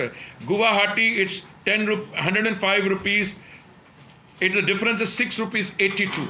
So there is a between BJP and non-BJP states, it's a very clear difference. Today I've seen that Karnataka has raised the price. I haven't. First statement. I have the here. Yes, I have this notification issued by the Karnataka government dated 1st April. I only saw it today because. I'm just coming. Yes, correct. For the words and figures 18.44%, the words figure 21.17% shall be substituted. Yeah, but Karnataka, I'm not surprised. They are not stopping at fuel only. They've taken milk prices also, etc. So we'll leave that aside. So now again, I want to give you the overall picture. My assessment is that as we go forward from here, international prices of gas also are expected to come down. By next year and year after, they will come down substantially. But since we are giving such a comfortable cushion to our companies, now I've already told them this will be in their notes, what's happening in Pakistan, Bangladesh, all over the country. So this 50 rupees increase per cylinder will be for the Ujjwala beneficiary, and overall for the non-Ujjwala beneficiary, it will be again 50 rupees will go up from 803 to 853. Again, this will be reviewed every 15 days or 1 month, whichever is the system. And in the case of petrol and diesel, as I said, if this trend remains, then the price is likely to be revised by them. It's a deregulated sector. They don't have to come to us. हाँ जी, आप कुछ सवाल पूछ रहे थे. हाँ जी, एक minute. किस चीज का price? Tomorrow morning. So you are getting a first preview into it. 50 रुपए पर सिलेंडर भैया बढ़ेगा, वो भी at a time like this. This is really to deal with that 41,833 crore loss that they've made. So the excise duty rate is for that, not for relax. Sir, 830 crores or 330 crores? 41,000 some 800 some crores यार. मैं exact figure आपको इसमें मिल जाएगा. Digitally sent. Digitally sent also, yaar. I'll give it to you in a minute because I don't want you to be मेरे अपने notes का है. Just give me a second. It is 41,338 crores, exact. How long would it take for this amount to be recouped through the excise duty? I don't know the calculation. It's I think about 16,000 crores in. So, I mean, our anticipation is about a year. Year or During so. the course of this financial year, 25-26, we should be able to find ways to recoup that money. No, we are committed to giving the money to the oil companies because the oil companies have incurred it on our behalf as a subsidy. But whether the full 41,000 will be done or 16,000, that remains to be seen. That's government has enough headroom for that. So this price will not be effective for non-Ujjwala scheme, right? 50 rupees per cylinder for Ujjwala and non-Ujjwala. Ujjwala अगर 500 का मिलता है वो 550 का हो जाएगा. दूसरा 803 का 853 का हो जाएगा. Sir, how much will you be able to recoup? You just made some reference. So, and how much can we expect to this excise hike? No, देखिए ऐसा है. Our commitment when they incurred a loss of 28,000 crores, we gave them 22,000 crores back. Okay. Now this is very important for you to fact this point that we are committed so that the companies don't have to bear the brunt for it. They are commercially run company. So कितना होगा कुछ उनको finally उतना ही मिलेगा जितना loss उसके आसपास ही मिलेगा. So this increase of excise policy, the Congress party is saying. Sir, commercial का भी मैंने बोला ना भैया 50 रुपए उज्ज्वला का नहीं कमर्शियल का तो वैसे ही कम हो रहा है यार. कमर्शियल तो हम करते ही नहीं वो तो मार्केट करती है. वैसे पीछे 42 रुपए कम हुआ है कमर्शियल का. Increase of this excise will compensate in this financial year, sir. We'll find ways of compensation. We will find ways यार. अरे भाई one request, one by one. Each one of you will benefit and I am also now. I will be able to absorb and respond also by one. Please ask whatever. On English and Hindi, the Congress party is reacting on this. The Congress saying that it's robbery by Modi government when crude oil price are at $6 a barrel. The government raises excise duty. In whose pockets is this money going? This is going to usko bolo. Whoever has given you this reaction, say my response to that is the Congress's way of doing business was to float oil bonds for 1,40,000 crores, out of which we are still paying back 3,10,000 crore. We are still paying back, which is a robbery and which is as far as this is concerned, tell them we are not increasing the cost or the price being charged to the consumer. If these trends remain, the fundamental arithmetic of oil diplomacy is that the inventory which is being carried by the OMCs today is 45 days old. That was brought at an average price of $75 to $80. When the $60 has to kick in still, if it remains $60, the price will be lowered. इतना समझा दो तो Congress party के लिए काफी होगा. मैं देखिए प्रश्न ये उठता है कि कांग्रेस का काम करने का तरीका ये है कि जब वो सत्ता में थे उनके वित्त मंत्री ने ऑयल बॉन्ड्स फ्लोट किए थे. 1,40,000 करोड़ के ऑयल बॉन्ड फ्लोट किए जिसमें हमें अभी 3,10,000 करोड़ वापस लौटाना पड़ रहा है. जो ऑयल मार्केटिंग कंपनीज होती हैं इनकी जो ऑयल की इन्वेंट्री होती है वो 6 हफ्ते होती है, 45 डेज होती है. तो 6 हफ्ते वाली इन्वेंट्री जो है वो 60 में नहीं खरीदी गई थी, वो 75 प्लस में खरीदी गई थी, $75 पर बैरल. और कुछ तो अर्ली जनवरी का रेट था $83 था. तो हम उस पे चल रहे हैं. ये $60 अगर रेट आज हुआ है, अगर $60 रहा तो संभव है कि आने वाले समय में ऑयल प्राइसेस जो ऑयल और डीजल प्राइसेस कम होंगी. It stands to reason. Yeah. Sir, one by one. Can you please help us understand as to why government has imposed excise duty on petrol and diesel? Is it because international fuel prices are falling and that would have given companies the gain? So government wants to mop up that? No, not at all. The reason is very simple. The companies, those companies which will get or which have incurred a loss of 43,000 crores have to be compensated. Simple as that. So let me come to that. See, I explained to you the overall loss was 41,338 crores. Okay, that money has to be compensated. We stand committed to compensate. When they lost 28,000 crores, we gave them 22,000 crores. As far as international fuel prices are concerned, petrol, that's entirely separate. I told you we are carrying an inventory of 45 days old. That inventory was bought at $75. So when this comes down, when the current inventory, current holding is 60 or 63, 65, obviously there will be headroom to reduce it. No, sir, but what we are saying, what I trying to understand is that petrol and LPG are not related. But the company is the same. I know, but you have not compensated. You are not compensating them yet. You are only talking about it. Last No, year we are. No, it's an ongoing. Not compensated them. It's second, sir. Just related question and last question. Is it because government is anticipating tougher days ahead? Because during COVID also, what happened when prices crashed? Government imposed additional duties to mop up the gains which were coming because of the gains several times. So, is it just a preparation for the no. It's no Trump's tariffs, nothing. Trump's tariffs. Look, that you might need more resources to support many other. Please. You asked a question. Let me answer it. If you have an alternate thesis, I'm willing to sit down in a half-day seminar with you. It's a very simple issue.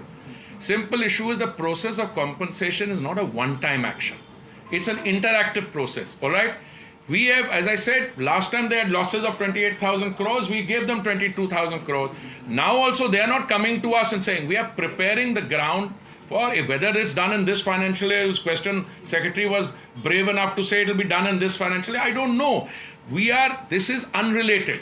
The 2 rupees excise additional which the finance ministry has imposed, we will not pass that on to the consumer. That is the first thing.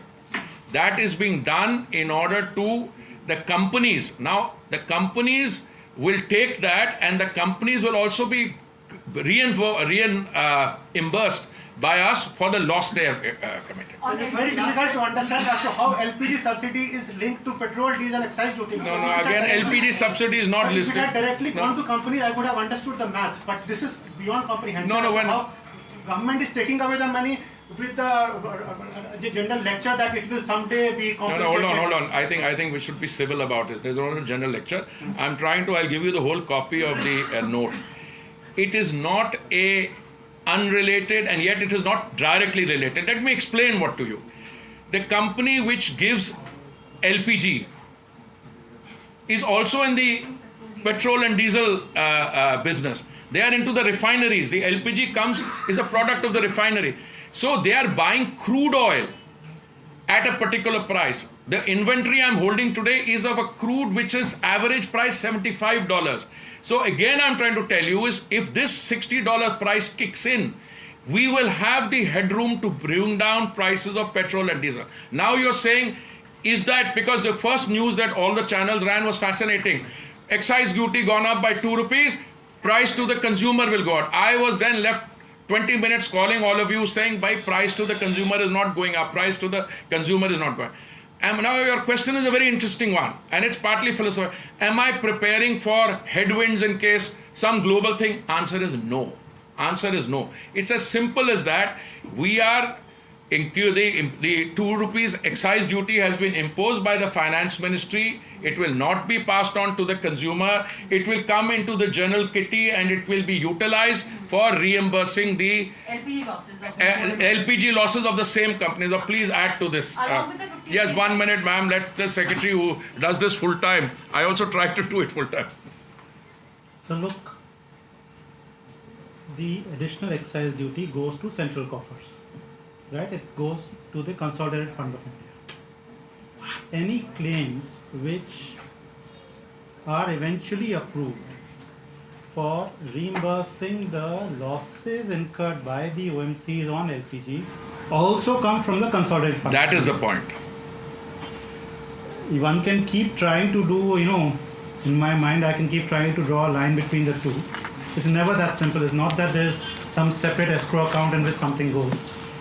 Everything will go to the Consolidated Fund of India. Thereafter, and every rupee to be spent from there follows a process of approvals. It is appraised by the Ministry of Finance. It goes to the cabinet. All those processes are yet to happen. But our track record is once we make a commitment. Otherwise, what will happen? And let me be very frank with you. You see, if the story goes out, like one day, as soon as this excise 2 rupees increase came out, all the channels were carrying. Consumer, it will be dearer. I mean, I said it will not be dearer, it will be exactly the same. Then I also had to say, bhai, chalte, it will be dearer the other way around. It will be less expensive if this trend holds. No, 1 minute. Somebody also said, no, this excise has been imposed on exports. I don't know where that story came from also. So the idea of having this interactive discussion with you is to clear your cobwebs, and if there still is something down, we will discuss it. But this is to... How much money can Can you let him come back. Excise duty plus the rupees 50 increase in LPG cylinder will be used to compensate the oil. No, it's not that. It's slightly different. Let me explain this. Well, can you let us complete? Can Somebody's asked me a question. No, hold on. Now, look, listen. I don't like to play the monitor here, but please, there is to be some decorum that everybody else is here. Please answer it, please. See, there is something which relates to last year, which, as the Honorable Minister explained, is about 41,000 odd crore, right? Has that ended this year? No. No. There is under recovery on LPG, which is going on a concurrent basis even as we speak. So the 50 rupees increase actually addresses the concurrent under recovery. It is not addressing the backlog. The backlog remains where it is. For the backlog, we will be making a request. Our request goes to the Ministry of Finance. They process it, goes to the cabinet. So the whole process which goes through. The other thing, let me tell you, when you're dealing with something like the Consolidated Fund of India, once it's in the Consolidated Fund of India, you can't say this compartment or that compartment. The idea is that the government believes, you see, the normal expectation is that all prices have to come down. But sometimes when you have a situation like this, you must have the ability also, especially when your domestic LPG price is so much cheaper than the rest of the world. That's why I gave you those long statistics, cheaper than in the neighboring countries, cheaper. So we have, as a measure for the time being, raised it by 50 rupees per LPG cylinder. As gas prices become, my own view is that from a few months from now, more and more gas, we may bring it down. We bring it down to 50, we'll review it. Yeah. Sir, one minute. Now you. Sir, there is anticipation the Saudi CP price बढ़ेगा. तो ये भी क्या consideration में है? Just now, Minister answered that question. But sir, isn't it further compounding the problem of OMCs? They have a backlog of 41,383 from the last year. Plus now they have to bear the subsidy or the excise duty hike as well, because it will be reflecting into the bottom lines or the profitability of the companies. Let me answer 50 rupees is not meant for the previous coverage, or neither it is going towards meeting the. First of all, let me answer that question. Madam, Sir, compounding the problems of the OMCs. You know how much profit? नहीं मतलब तो ये पिछले साल उनका क्या profit था 1,59,000 करोड़ और नहीं गुना नहीं अच्छा हो गया अरे my friend, let me tell you 31st March का और उनका क्या हुआ वो जो क्वार्टर एंड हुआ है उसमें भी उनका प्रॉफिट अच्छा रहेगा अभी अगर 50 रुपए बढ़ाना तो I am so happy to say your Bloomberg और Reuters which one? No, I'm so happy that an international agency is so worried about the profitability of the OMCs. I deeply appreciate that. 50 rupees I'm not bothered. Then, if it's reflecting the market prices, that's fair enough. But 2 rupees, they have already absorbed the loss of 41,000. Hold on. Sir, ये duty on export नहीं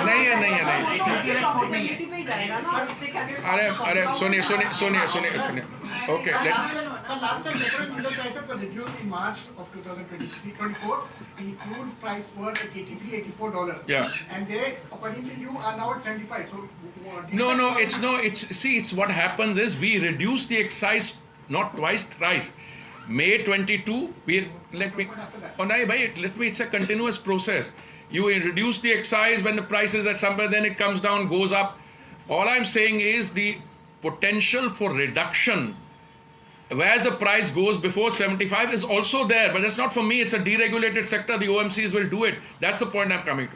Insofar as whether they have the headroom, whether we're compounding, I don't think the OMCs have any difficulty in absorbing that 2 rupees excise. In fact, all the discussions that we've had for them prior to this. So I'm so happy to say a distinguished member of the fourth estate trying to argue on behalf of the OMCs. OMCs are very content with what we discussed. But sir, they are the taxpayers' money, na? So they are. So they will. They are answerable to. So you are the. blended hike will be implemented from today onwards. Sir, how many liters of petrol and diesel we sell daily? Sir, will there be any impact? No, you should answer that. How many, these are factual questions. How many liters of petrol and diesel do you sell in a day? I think in a year we sell about 16,000 crore. 1,600 crore liters of petrol and diesel combined. Sir, just one question. Instead of hiking the excise duty, and then going for a mechanism to give a part of that money back to the OMCs 1 minute. to compensate for their previous LPG losses, wouldn't it have been simpler to not hike the excise duty and let them make an additional margin for You're taking money from me to make good my losses, you know. And then finance ministry में vacancy इसको भिजवा दो. I would recommend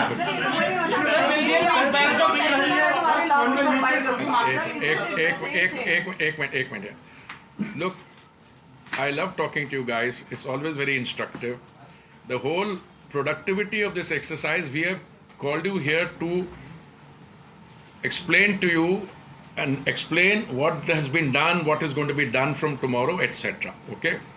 Let me tell you, so far, we are the one country in the world which, thanks to the Prime Minister's forward-looking policy, we have been able to navigate this global turbulence rather well. Okay? We are the only country in the world where prices over a 3-year reference period on petrol and diesel have actually come down. We are the lowest priced country in the world for domestic cooking fuel.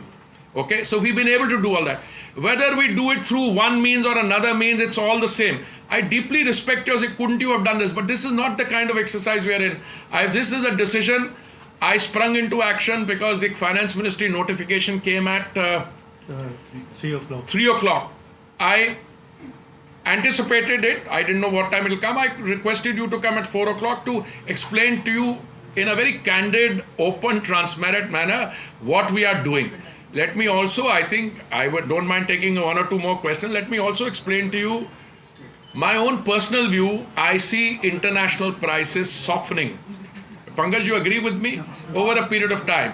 So what we are doing now for the current phase is to, well, you can say equip ourselves, insulate ourselves, but this is a very small thing. If you say, why don't you allow the oil marketing companies to take the whole responsibility? Well, as you say, they are commercially run operation answerable to the stakeholder, but we are also 50% part of that, something like that, no? So we always try and accommodate one with the other, and so far they have done very well. Last year 1,59,000 crores. So when we end this financial year, utna hi hoga ya thoda kam hoga. They're all in the pink of health. So they will do well. Sir, do you foresee one by one.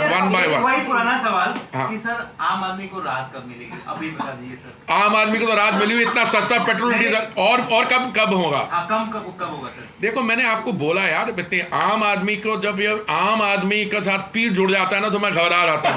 फिर वो जो dialogue है वो थोड़ा सा क्रांतिकारी हो जाता है. दूसरी तरफ, look, it's like this. As I told you, we have the lowest prices.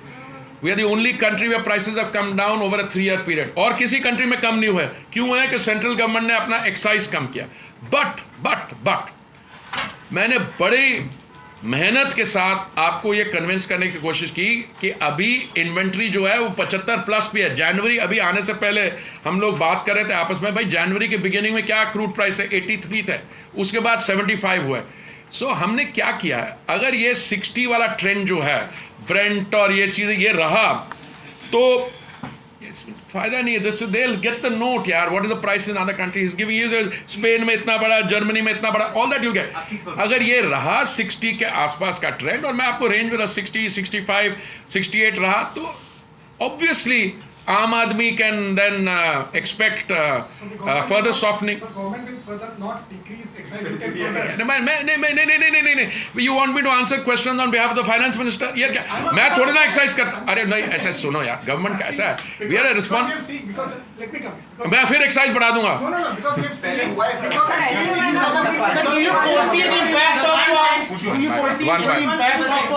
One by one. He is asking the question. I know You want? I'm so happy. I'm feeling very happy that this is a vibrant press conference. Ek minute. I'm a very important for petroleum and diesel. I'm a very important part. I'm the line minister. Yeah. Acha, bolo. I'm not in the business. Parliament में भी वो थंबी दोहराया from DMK asked me, why don't you give an assurance that you will do more? मैंने कहा, I'm not in the business of giving assurance. देखिए, मैं आपको बोल रहा हूँ, ये जो एक्साइज 2 रुपीस का इंक्रीज हुआ, इसका मैंने रैशनल बता दिया है, क्यों हुआ. अगर आप मेरे से पूछते आपको क्या लगता है आगे, तो मैं सोचता आगे जाके ऐसे नहीं होगा. पर ये एश्योरेंस वर्ड जो है, ये मेरी डिक्शनरी में नहीं है. जब से मैं मंत्री बना हूं तब से मैं आई टॉक अबाउट नहीं सही सीरियसली बोल रहा हूं. मैं कौन होता हूं एश्योरेंस देना. ये डिसीजन मेरा थोड़ा मेरे से ऊपर का पे ग्रेड का है decision. And cooking gas or LPG price has been raised by 50 paise per cylinder. This is what we're hearing from Union Oil Minister Hardeep Singh Puri as he addressed the press. We'll slip into a short break right now, but more news and updates on the other side.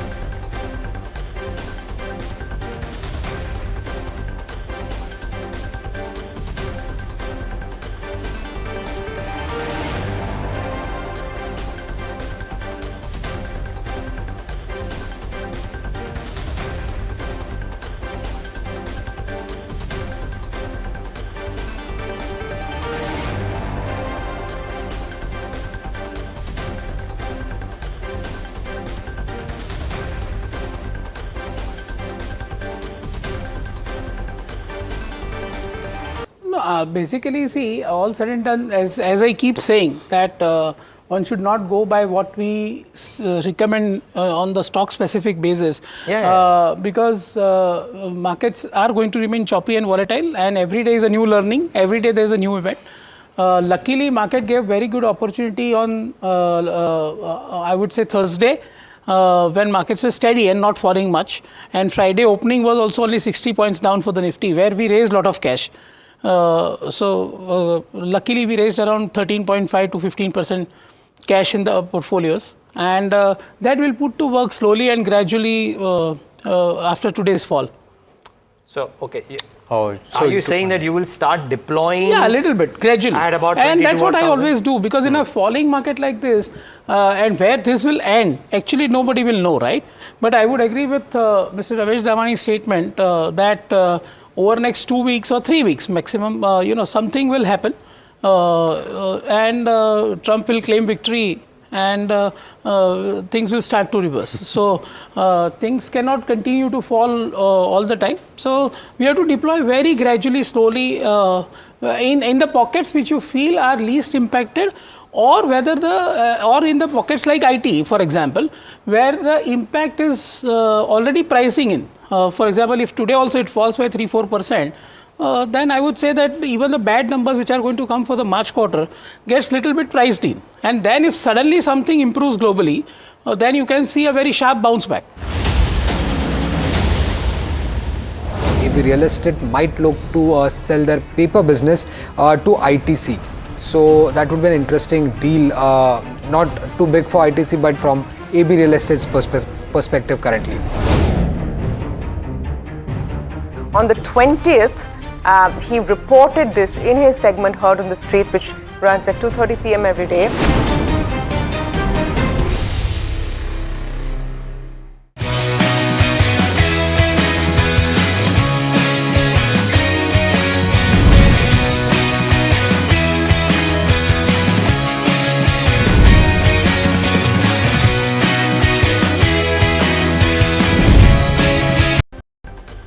Markets are rattled as the Nifty plunges over 1,000 points and the Sensex nosedives more than 2,000 points, marking one of the steepest declines in recent months. Nifty saw its worst intraday drop since June 2024, but a sharp recovery from the lows helped limit the damage. Meanwhile, stock markets across Asia plunged sharply as shares nosedived around the world as higher tariffs and a backlash from Beijing triggers massive sell-offs. Chinese policymakers discuss measures to support the economy and stabilize markets in the face of tariffs, including accelerated stimulus measures. Government sources tell NDTV Profit India will continue its laser focus on finalizing the BTA with the US and that existing tariffs are being reviewed under the ongoing trade pact talk. Sources tell NDTV Profit mainly on account of tariff uncertainties, volatile global market, export-oriented companies may experience a decline in margins, leading to tepid growth of corporate tax collection in Q1. And the Reserve Bank of India's Monetary Policy Committee commences its first meeting of FY26. This MPC will determine the outcome of key lending rates for the central bank, scheduled to be announced on Wednesday.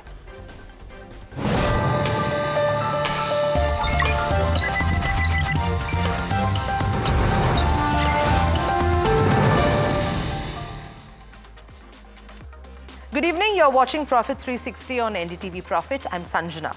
The tariff storm is rocking global markets with Indian equities plunging, sectoral indices deep in the red and volatility spiking. Despite the turmoil, however, India may be better positioned than its peers, opting for a balanced long-term approach over knee-jerk retaliation.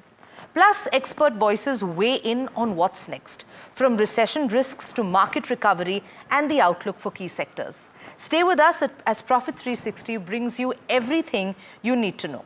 So first up, a look at how the markets fared today. A volatile session for markets today as Nifty saw its worst intraday drop since June 2024, but a sharp recovery from lows helped limit the damage.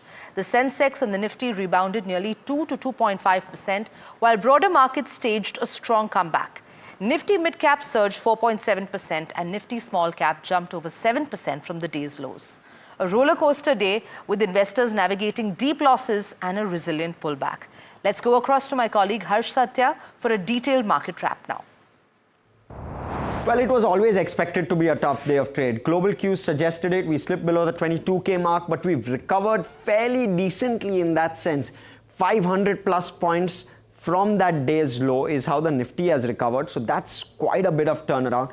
Within the Nifty, IT was the pack to watch out for. Nearly 2,000 points up from the day's low. We've closed 2.5% down for sure. But the bounce from the day's low was very, very sharp. And even if I can pull up quickly an Infosys, it will show that it's one of the stocks which has really recovered from the day's lows. Infosys, TCS, those were 2-3 counters which have done very, very well within that IT pack. And the recovery from the day's low was extremely sharp on some of these counters.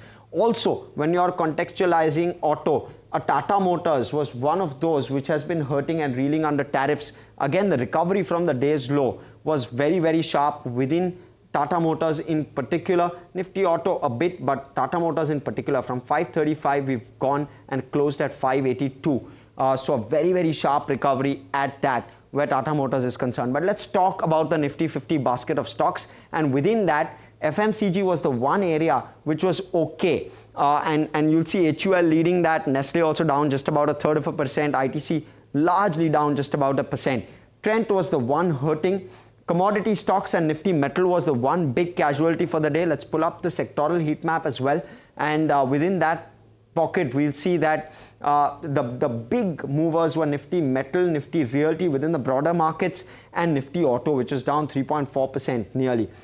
Nifty Bank largely in line with the Nifty 50 index, but pain points all around. Nifty FMCG down 1.1 odd%. So that was the one outlier. Nifty IT down 2.5%. We did speak about that. The Nifty Pharma was down 2.8% as well. So that one in focus. Last off, I want to also talk about the breadth. The breadth was extremely weak as expected, but we saw a bit of recovery right towards the end. So 172 advances to 2060 declines. It was a painful day of trade overall. Broader markets, I want to quickly zoom in on those. We saw recoveries from lows. Nifty's mid cap and small cap also saw sharp recoveries from those lows. 17,269, we saw 800 points of recovery there, and the Nifty small cap as well. From 13,300, we've closed around 900 points higher. So all of those seeing a bit of recovery from the lows, but nonetheless, pain is elevated at this point. Clearly, 4% lower despite that. Those are the top gainers and losers. Siemens, there's a special situation, but outside of that, plenty of them. Delivery, of course, making that acquisition. But let's go across, let's listen into some views. We had a Mihir Vora as well as a Nilesh Shah to talk to us about everything that's happened in markets today. Clearly, domestic focused sectors will stand out in this storm. Undoubtedly, India's growth can take a hit if global growth slows down, but we will still be a positive growth. We will still be one of the fastest growing major economy. So your portfolio should tilt towards domestic focused sectors rather than international focused sector. Within these sectors, which could take advantage of opportunity, as India has been levied little less tariff compared to others, there could be opportunities in textiles and garment. There could be opportunities in footwear. There could be opportunities in some of the pharmaceuticals and chemical sectors and so on and so forth. But please remember, if the American demand itself comes down, then these opportunities will be back-ended, not front-ended.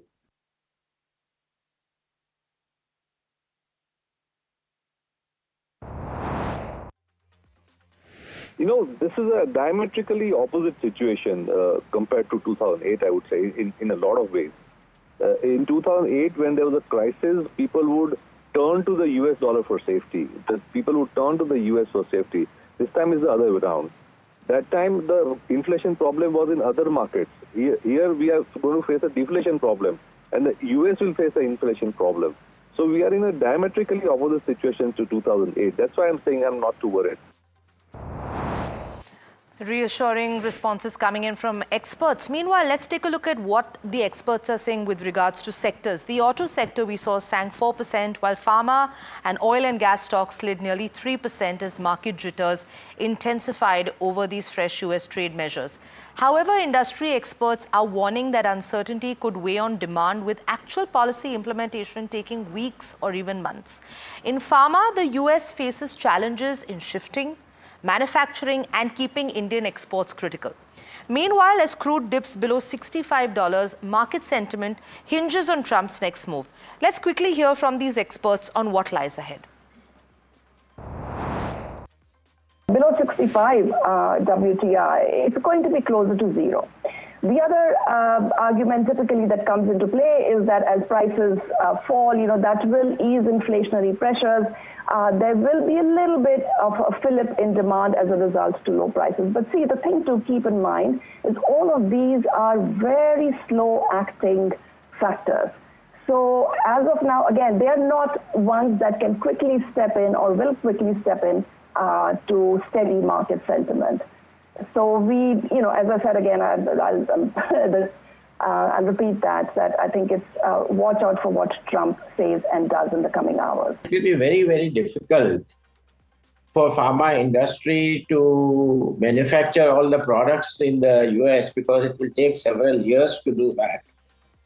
And it is a multi-product industry because we have so many products, so many API suppliers, and many of them are from India and China. US hardly manufacture much of the active substance. So it's going to be a fairly complicated affair. We're in this period of uncertainty that is going to dampen demand overall. So whatever good positive benefit any country might get from having a better tariff environment relative to China is probably going to be mitigated to some extent just because we're going to be reducing demand in the marketplace. Now, the shockwaves from Trump's tariffs have reverberated far beyond India, triggering absolute chaos across Asian financial markets. Equity indices across the region have plunged to multi-year lows, with some experiencing their sharpest sell-offs in months as investors scramble to reassess risks. So for a closer look at the scale of this kind of turmoil, let me quickly head over to Malika, who has the latest on what's happening across Asia. Malika, over to you. Right, Sanjana, thank you so much for that. And of course, right, you mentioned that there are multiple reasons why we're feeling the spooks of markets trembling across the globe. And before I get into the reasons, I simply want to give you first a glimpse of how markets have performed. Let's begin with some of the splashes that you'll see. For example, ASX 200, Australia, dipped close to 4.23%. Let's go across to Hang Seng next. That's 13.22%. So one of the sharpest falls that China in fact saw. Next up, we have another market, Kospi, Korea, reacted over 5.57% down. Next up, I think we have another example for you. Nikkei 225, over 7.83% down. So you can actually feel the pain. And let's look at Nifty 50 as well. We started the morning with deep cuts, and we were trading below 4% in trade today as well. Now, giving you some of the reasons why we're seeing the markets plummet the way they are currently behaving. One is because there is fear of global trade war. If I can just request to show that screen again. You see maps of America, China, Japan, the European Union, and Canada. Now, these are countries that are actually talking loudly amongst each other and talking about how they can really negotiate or retaliate back with reciprocal tariffs. And that's why there are fears of a global trade war. Next up, you'll see recession in the US is another fear that's literally spooking the markets across the globe, because there are severe economic impacts of these tariffs. You would see margin compression due to higher prices. This is because when US imposes reciprocal tariffs on imported goods, that means the price of products sold in the US markets gets expensive. That ends up hitting margins, and therefore businesses could get impacted because of this. And therefore, what happens? Inflation could be another byproduct of this entire saga. Because of that, there could be an impact on consumption as well, because people will consume less if products become expensive and there is less demand. Also, commodity prices. We have seen a lot of commodity prices also plunging, like oil and metal prices. These indexes have also seen sharp cuts lately because of reciprocal tariffs and tariff fears across the globe. FII selling is one of the last points that I'd like to show you, because as global investors become cautious towards emerging markets, they might also retract back and sell a lot of their positions in emerging markets. And therefore, these are some of the reasons that I could collate behind why we are seeing Asian markets fall so badly. Absolutely, Malika. Thank you so much for that perspective. Really very clear now as to what's happening in Asia and why Asian markets are particularly so fragile or sensitive to what's happening with regards to these tariffs. Meanwhile, let's just get in an insight from Sonal Verma, the Managing Director and Chief Economist at Nomura, who weighed in on the economic fallout of these retaliatory tariffs, warning that downside risks could persist for some time. Our growth projection for FY26 is at the low end of consensus. We think growth will be softer the ongoing financial year at 6% on a year-over-year basis. But we do see downside risk even to this projection.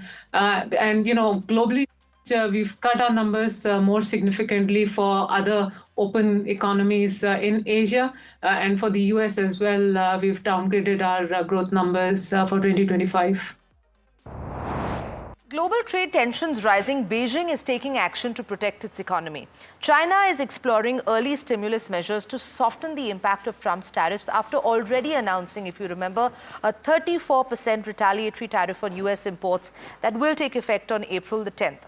The Chinese government has strongly criticized US trade policies, calling them economic dominance and insisting that global trade should be based on fairness and not power struggles. So for more insights, let's quickly go over to CGTN's Liu for the latest developments.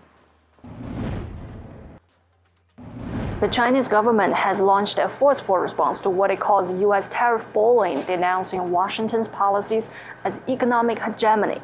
On April 5, the state news agency Xinhua published Beijing's official stance, declaring the world needs fairness, not domination. This comes after Beijing unveiled 11 countermeasures last week, including a 34% tariffs hike on all U.S. imports starting April 10th, a WTO lawsuit against U.S. practices, export controls on heavy raw earth, critical for lasers, radar, wind turbines, and advanced tech, blacklisting U.S. firms under the unreliable entity list, and suspending some of the imports of U.S. poultry, sorghum, and bone meal. Analysts warn the rare earth restrictions could cripple U.S. industries. Bloomberg notes these minerals are the lifeblood of modern technologies, used in everything from jet engines to communications gear. Well, meanwhile, CNN reports China's retaliation is broader and more targeted than ever. As tit-for-tat measures escalates, fears grow of a global economic rupture. 刘嘉欣 CGTN 北京。 And reassuringly, a quick update coming in as sources are indicating that the Indian government is viewing India as better positioned than its peers under the reciprocal tariff policy. By focusing on balanced, long-term strategies, India aims to navigate the challenges without resorting to retaliatory measures that we're seeing in other countries. For more on this exclusive story, my colleague Shrimi joining us with the latest insights. Shrimi, how does India's approach to reciprocal tariffs give it an edge over other economies? And if you could give us an insight into what key strategies is the government considering to maintain stability amid the global trade tensions? Yeah, so indeed that top policymakers stand being that India's, is in better position as far as global trade landscape is concerned. And in fact, they are saying that, the reciprocal tariff policies which is being announced recently is implemented globally and are not aimed at any specific country, but are a part of, broader international trade dynamics. So official, however, admitting that there is a downside risk to the growth outlook on the account of, uncertainties arising out of reciprocal tariffs, particularly in certain sectors, export-oriented industry. However, the growth outlook for FY26 remains largely unchanged. Now, remember, the economic survey has set the target of 6.3% to 6.8% as far as FY26 growth is concerned, and they are saying that it will remain unchanged.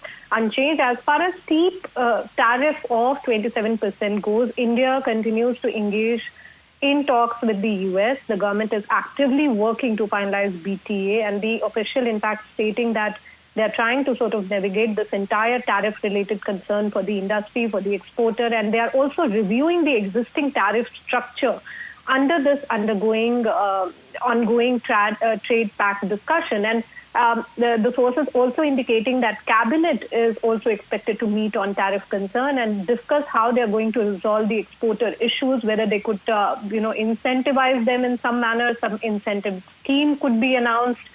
So, however, with all these works, officials are making it clear here that unlike some other nations that have resorted to, retaliatory measure, India is opting for more calculated approach, aiming to strengthen its economic ties with the US. And in fact, they are saying that some of these sectors turn out to be very positive for India. For instance, reducing energy costs are expected to benefit the manufacturing sector at least.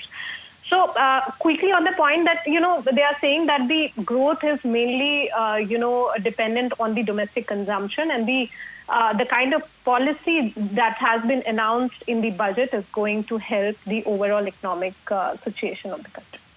Right, Shrimi, thank you so much for that. With ongoing discussions shaping the future of bilateral trade, this information reassuringly highlighting India's strategic leverage.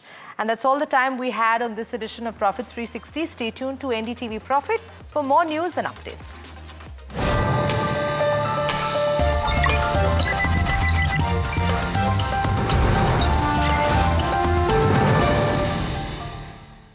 Can we see illogical prices on the downside in asset classes as well? Because everybody's saying that Indian economy doesn't get impacted, but the uncertainty may still bring market valuations much lower than maybe long-term averages too, right? Can it happen? Undoubtedly, Neeraj, but markets can remain irrational more than you can remain solvent. While this phrase is used mainly for, shorting side, it can be true even on long side if you are taking leveraged position. You may think today X is the fair value, but with a policy change, X minus something can become fair value, and hence markets will have to make adjustment. Anyway, markets are always trying to forecast future. As of today, we don't know what kind of tariff will be there on pharma products. Who will bear the burden, manufacturer or the distributor, which has disproportionate margin? But yet market is going to take pharma stocks down, assuming that tariffs will be less.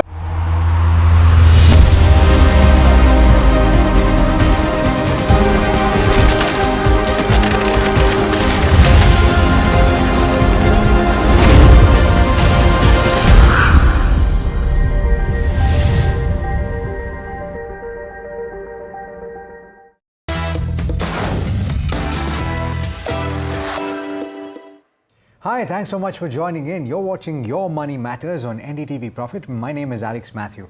Now, when you started investing in the equity market, I'm sure that a lot of people had warned you that there could be days like this. And indeed, it's been a tough day for Indian equity investors because finally, you have the Indian equity market that has caught up with the rest of the world. Last week, you saw severe drawdowns in the US market as well as in the Chinese equity markets and several other major stock markets in the world. And that's because of Donald Trump's tariffs that were announced. And over the weekend, of course, you had China that announced that it was responding in kind and that it was also raising tariffs. And this weaponizing of tariffs has created a very uncertain environment the world over, and our stock markets are reacting to that. The question is, how should you react? How should you adjust your investment strategy, if at all, in the mutual fund space? And I also want to specifically talk about a few global or international ETFs that are currently available here in India. They were trading at a premium to the net asset value, and that premium has shrunk very dramatically. Some of you might have been caught on the wrong foot. We'll talk about what you should do as well. Joining me to give you the advice that you need right now is Mohit Gang, the co-founder and chief executive officer of Moneyfront. Mohit, thanks so much for joining me today. Thank you so much, Alex. Always a pleasure.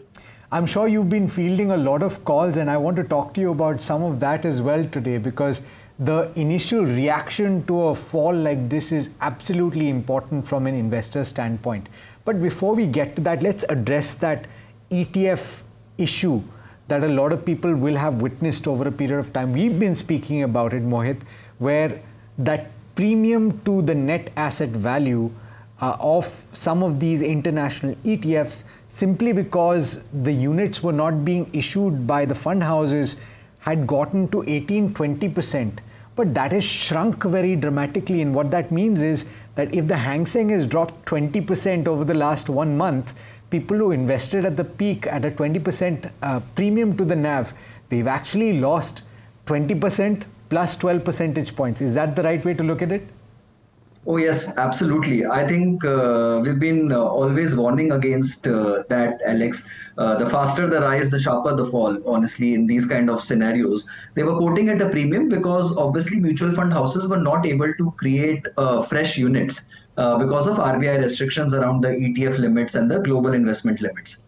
Now, ETFs, which were already created, had some units which were getting traded on the exchanges, and people who wanted to sell were quoting obnoxious discount on those ETFs. And there were enough and ample warnings being issued. Not discount, premium, na?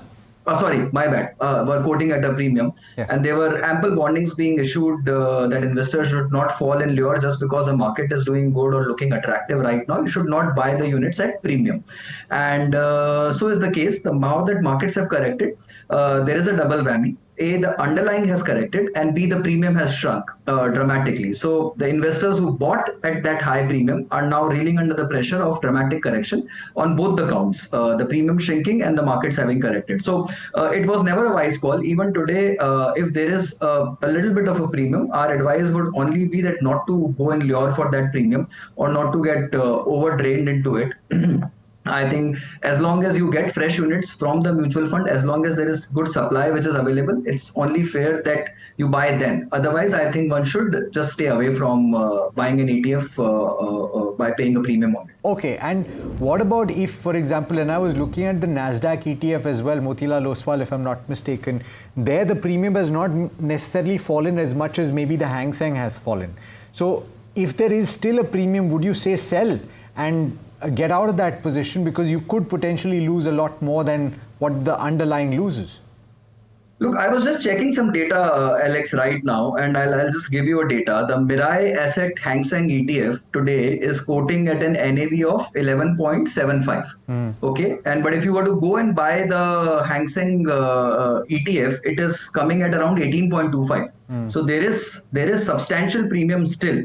It has compressed a bit, but there is substantial premium still, which is out there on this thing, right? So similar is the case with even the Nippon thing, the Nippon India Hang Seng Bs, that also is quoting at some amount of premium to the NAV, right? So again, it depends. Look, there is scarcity, and the sellers would always command a premium in this kind of a market. I'm honestly would want to suggest investors that you never know if the tide turns the opposite way, which it is turning right now. The differential will shrink massively and the losses will get magnified. So to avoid those kind of scenarios, I would still suggest not to get into the lure of this purchase. Not to get into the lure, I take that point, but would you sell at this point, Mohit? That's the question. Look, if you're getting substantial premium still, and I would say yes, it is not a bad option to sell unless your call on the underlying remains pretty strong, right? If your call on the underlying is very strong, which means that you're very bullish on the Chinese or the Hang Seng market per se, then you might want to continue to hold. But if your call on the underlying has changed and if you're still commanding a premium, then yes, by all means, you should exit. Okay, let's also address some of those calls that you've probably been fielding since morning, Mohit, which is a lot of investors panicking and saying, what do I do in this kind of a market? I'm guessing those are the calls that you've been fielding, and how has your response been? Oh, absolutely, Alex. It's been a crazy day and morning both. We've been continuously on the calls with all our investors, and I think all kinds of calls. We've got calls where investors are wanting to relook at their SIP allocation. We've got calls from investors who are panicking and who are asking what should be done. Should they redeem? Should they hold? Should they continue? We have got calls from investors who are wanting to put in more money, and we have also proactively reached out where there was liquidity available, and we were aware that there is liquidity available in investor portfolios. We have also proactively reached out and said that there needs to be some allocation which has to go in at these levels also. I understand that you can never clearly fathom the fall and you can never clearly call out the bottom. But if investors don't invest at these levels, then you will never make those superlative returns. You will always make normal returns if you keep investing at higher and higher levels and in good market conditions. But it's only when the tide turns against you, that's when, if you are taking those chances, that's when the portfolios will give you some superlative returns, right? So it all totally depends on the investor's risk appetite, the time horizon, the liquidity available, and the financial conditions. This is not a blanket call. No one can just go out clearly and say, it's a buy day today or it's a sell day today. It is a very typical investor to investor, case to case scenario. Okay, a few questions then. Would an STP approach in this kind of a market over a shorter time frame be more appropriate? Would a lump sum be better? And it's a no-brainer for a lot of people, but a lot of people do ask this question as well. Typically new investors, should you stop your SIP? Look, three questions, Alex, out there. On the STP part, we've always been pretty clear on this for since the start of this year, that all STPs for this year need to go with a 6 to 9 month kind of a tenor. And we continue to maintain that stance that if you have a lump sum pot today and you really want to tranche it out, then I think 6 months is the ideal horizon, ideal time tenor that you should tranche it out. At best 12 months and at the least 3 months, but I would still suggest 6 months. That's to part number one. To part number two, should you be investing at these levels in a lump sum tranche or something? Yes, honestly, look, I think dips like these where Nifty corrects by over 1,000 points, a 5% correction in the market, these are rare days in the market, right? If you really have liquidity, a huge pot of liquidity which you're sitting on, then yes, 20% of that liquidity needs to go in the market at these levels if that is meant for risk allocation, if that is meant for equity allocation. So definitely yes, that money needs to go in at these levels. The third part, which was on the SIP front, you need to just relook at your SIP portfolio. You need to have a second look, a fresh look in terms of what allocations you are doing, what are the kind of schemes, what are the kind of market cap allocations, and the diversification which you have in your portfolio. By all means, try and increase the SIP allocations if you can. These are times when you accumulate more and more units in your portfolio, right? And try and increase the SIP by whatever amount, little proportion you can. And also try and see what is the proportion which is going. If it is less towards large cap, then yes, you need to align more in favor of large caps right now. If it is equally distributed, or if it is, let's say, there is nothing in mid and small caps. Let's say if the entire portfolio is large cap, just for hypothetical say, this thing, then you need to start a mid and small cap SIP because they've also gone through a serious wave of correction. Right? However, a new SIP portfolio, which is getting constructed today, to my mind, should be more tilted towards a large cap or a flexi cap allocation. Okay. And the final question, which has to do with buying the dip, you mentioned that if you have liquidity available, then 20% can go right now. But a simple formula, because a lot of people wonder when to buy the dip. So if there is an asset allocation that you are following, something as simple as 60-40 or 70-30 or 70-20-10, 10 towards gold, then it is likely seen a big shift today and over the course of last week. Should you go out and simply correct that? And do you use incremental funds, or do you use your fixed income and gold to shift to the other side? Look, that's a very interesting question, Alex. Always incremental fund is better. In case you are sitting on a war chest, in case you're sitting on some dry gunpowder, then the first rule of asset allocation is that whatever asset has fallen in composition, let's say if you were following a 50-40-10 portfolio, which is equity, debt, commodities, and if equity is corrected from 50 to 45, then you beef up your equity allocation. If you don't have fresh funds and if you have to rejuggle within the same framework, then yes, by virtue of equity falling, the proportion of debt or commodities would have gotten up, or maybe because of gold rally, the commodity portion would have gotten up. So you need to trim down from portions which have got up, which have rallied in this rally, and then you need to allocate towards the one which are lagging. And that's so again, you could have a static asset allocation, or you can have a dynamic asset allocation, depending on what liquidity mix are you sitting at. But either ways, you need to have a relook on your portfolio. Fantastic. All right, Mohit, thanks so much for joining me today. Pleasure speaking with you. Thank you so much. Thank you. All right, now, guys, we've also got the start of the new financial year to talk about. And ultimately, the new tax regime is something that a lot of you will automatically gravitate towards because it's simply better. But what are the aspects to focus on? How much tax will you be saving? And what are the do's and don'ts heading into the new tax year? Here's a conversation that I had with a tax expert. Joining me on this show is Parizad Sirwala, who is a partner and national head tax at KPMG in India. Thank you so much, Parizad, for taking the time, and pleasure speaking with you. Let's talk about how revolutionary this change in the tax regime has been, just to set the context. Sure. So thank you for having me. And yes, we've just begun the new fiscal year, which is 1st April 25 and ended one of the earlier financial years, which is 24-25. The choice of personal tax regimes, as you mentioned, as we say, the old regime and the new regime does coexist, even for the year that just ended, which is March 25. But increasingly, if you see the announcements, even during the budget of Feb 1st that was announced, and going forward, it's the new tax regime which seems to be the default personal tax regime.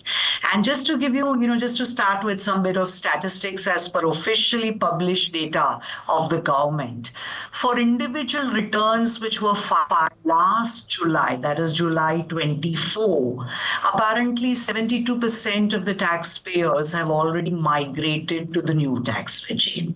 So let's just take a look at what are some of the unique features of these old and new tax regime. And daunting as it sounds to understand, few and far there are some differences. So first of all, in terms of the slab rates and the tax rates, so we did have an old tax regime and a new tax regime even for the year ended March 25, and it's been made more liberal for the current fiscal year, which is 25-26. As we speak, the first slab rate, which does not attract taxes, is increased even from 3 lakhs to 4 lakhs, even under the new regime, with effect from 1st April 25. And there are roughly now, 7 slabs with different tax rates. Above income of 24 lakhs is now a rate of 50% is against about 15 lakhs, which was there up to March 25. So if I were to just compare the progressive rates of tax with the slabs, even vis-a-vis the new tax regime, which was existing as of March 25, definitely there has been, some amount of improvement. That's one change. If I look at the old personal tax regime, of course, for every individual taxpayer, it depends on his or her personal facts and circumstances, investments, deductions made, so on and so forth. But the slabs itself are different from the old tax regime. So as an example, under the old tax regime, up to 2.5 lakhs of income, there is no tax. The first slab in the revised new tax regime is now 4 lakhs. That's the first thing on the slab rates. The second thing is that, the higher standard deductions for salaried income taxpayers. So you have 75,000 rupees, which is available in the new tax regime as a standard deduction, as against 50,000, which is under the old regime. We may discuss it a little later during our conversation, but we have also heard a lot about the rebate that is available in the budget announcement. And now literally for total taxable income of up to 12 lakhs per annum, you don't land up paying any taxes by virtue of marginal relief, which is under the new tax regime. Again, the threshold of income is up to 12 lakhs, which is 5 lakhs of income only. Let me come in and ask you about that, because I think a lot of people will be confused about this, Parizad. The rebate exists, and it existed in the old new tax regime, if we can call it that, and it has been raised to 12 lakhs. So this is a major benefit. A lot of people will not have to pay tax on account of that.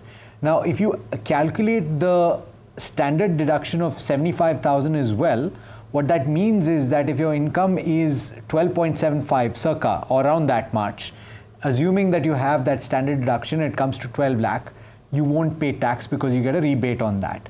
But then if you do cross over with your net taxable income into say 12.1 lakh or 12.2 lakh, can you explain how that marginal relief works? Because my understanding is that if it crosses by 10,000 rupees, you would only have to pay 10,000 as tax, and that goes up to a certain level, right?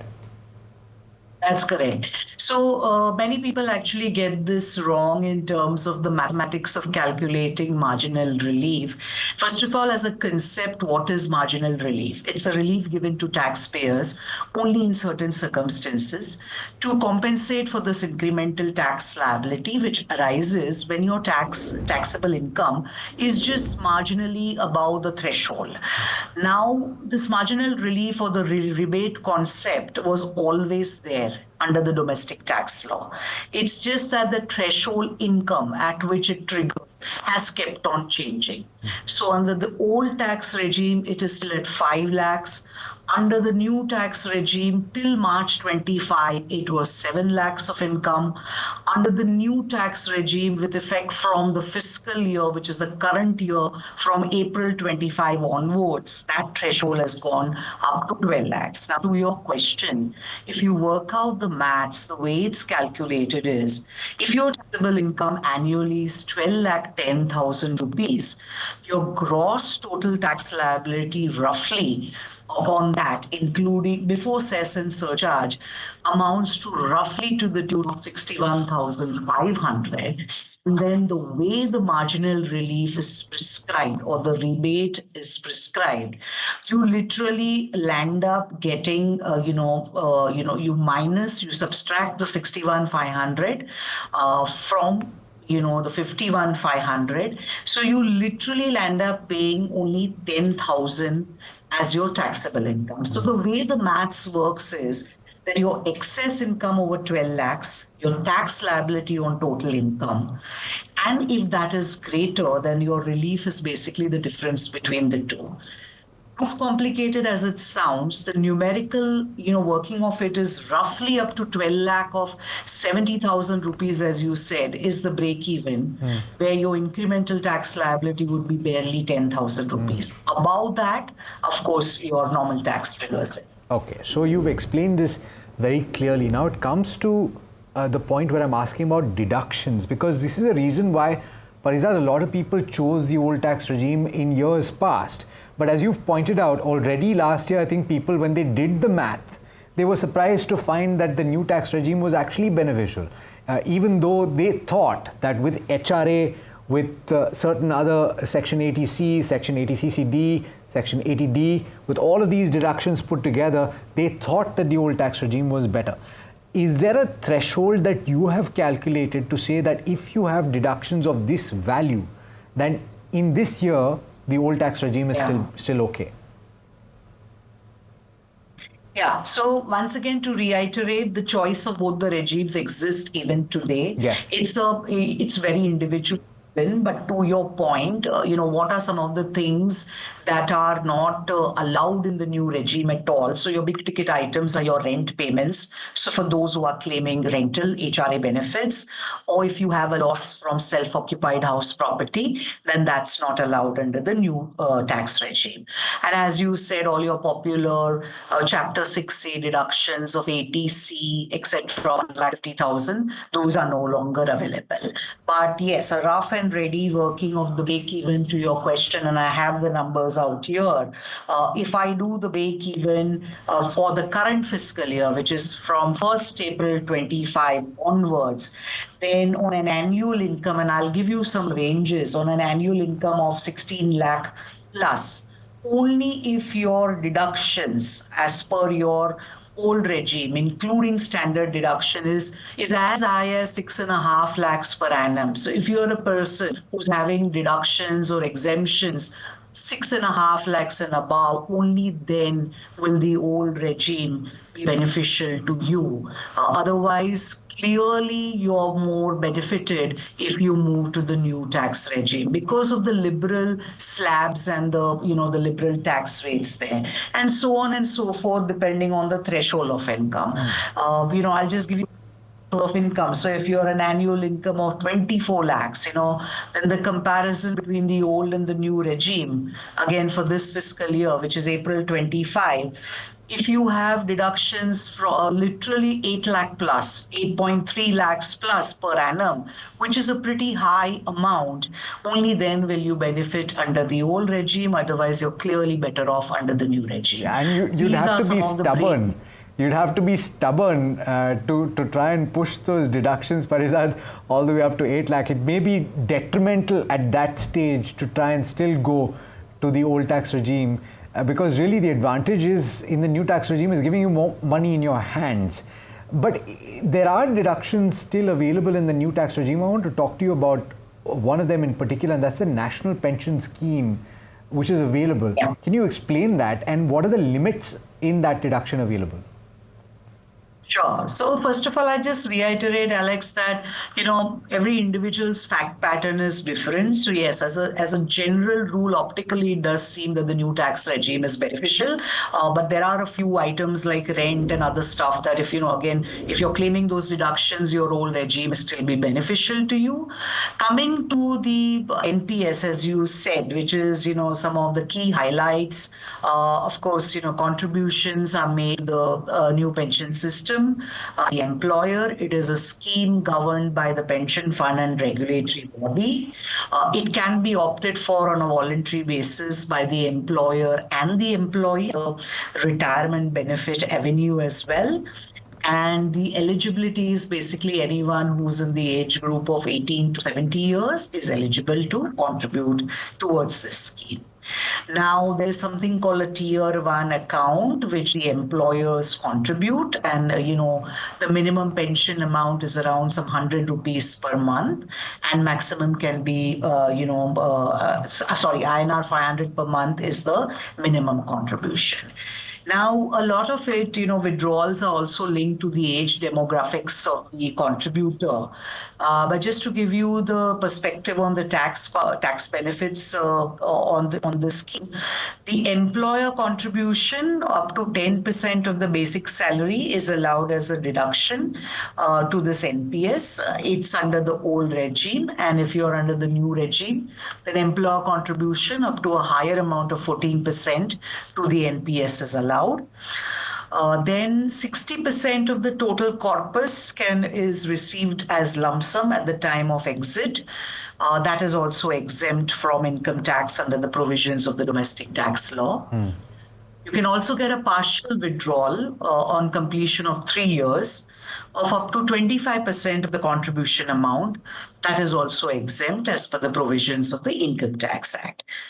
The employee contributions, there was an extra deduction of 50,000, which you get only if you're under the old regime, not under the regime. One specific point that has occurred to me that I've also come across is that if you have a certain amount of money that you're paying as rent to your landlord or landlady, and if it is above a certain amount of money, can you be asked by a tax authority why you have not been collecting tax deducted at source? And what would you need to bear in mind from that respect? So those are separate TDS provisions, I think you mean, that any payer of rent to a resident landlord has to deduct TDS above threshold rents of 50,000. So it's a compliance obligation that applies even to individual payers. And you cannot pay the gross rent to the landlord. You have to deduct the requisite taxes, deposit them into the government treasury. And there are compliance obligations and, forms that are required to be filled. So if you're paying rent, you have to take care of those obligations as well above a particular threshold. But those are separate TDS obligations under the law. Just to follow up to that, because a lot of people, and Parizad, this is my last question, is that a lot of couples tend to pay rent as well, right? So if you're splitting your rent and if you're claiming your HRA benefits based on the half of the rent that you're paying, do you still have to do that TDS? For example, let me give you an example. If you're talking about 75,000 rupees, which is split equally, and so therefore you're not crossing that 50,000 rupee threshold individually, do you still have to calculate TDS? So individual so it depends on how the agreement is also structured. So the rent payment for individual taxpayer above a particular threshold attracts TDS, and there are lots of others around this dual payments of rent, even from an HRA exemption perspective and a TDS perspective. But rent exceeding a particular threshold for an individual taxpayer attracts TDS withholding obligations. Fantastic. Thanks so much for joining me, Parizad, this show. It's been an absolute pleasure speaking with you. All right, that brings us to the end of this edition of Your Money Matters. Thanks so much for watching. Do stay tuned. This is NDTV Profit.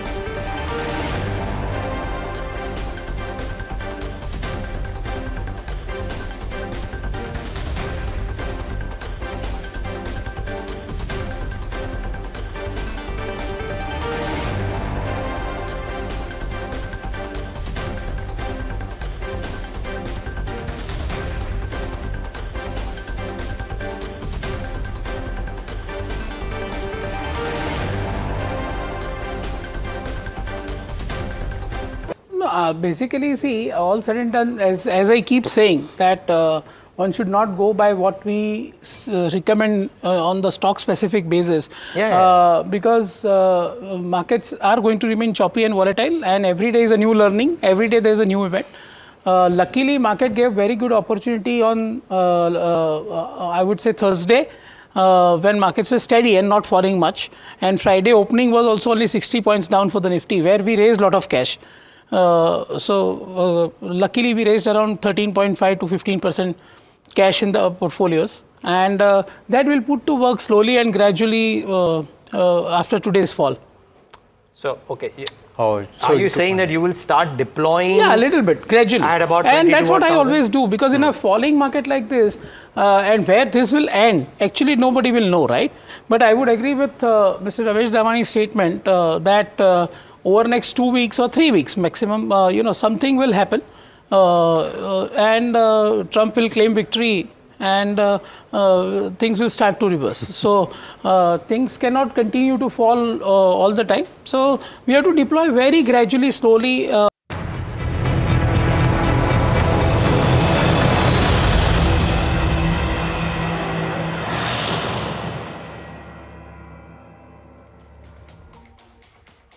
Hello and welcome to our special programming on US tariff wars. What does this mean? Because stock markets across the world are falling on the back of Trump's tariffs and increased fears that the world's largest economy, the US, could go into recession. In fact, some experts say invest in the markets now since the valuations are cheap. Others say sit tight on the sidelines and wait for this to play out. Yet others say that you should move your money out of equities. Now, in this confusing situation, it is natural for investors in India to be worried about what they need to do to safeguard their money. Uncertainty is perhaps the most difficult scenario to tackle, and because no one really knows what's going to happen, there are estimates and guesstimates galore. At NDTV Profit, we're asking the questions that many of you have and provide you with sound, recent advice from the best of the experts. For many of you, this is probably the first market fall you're witnessing. Panic will not help you in any way, so we urge you to keep calm and weather the storm and keep watching NDTV.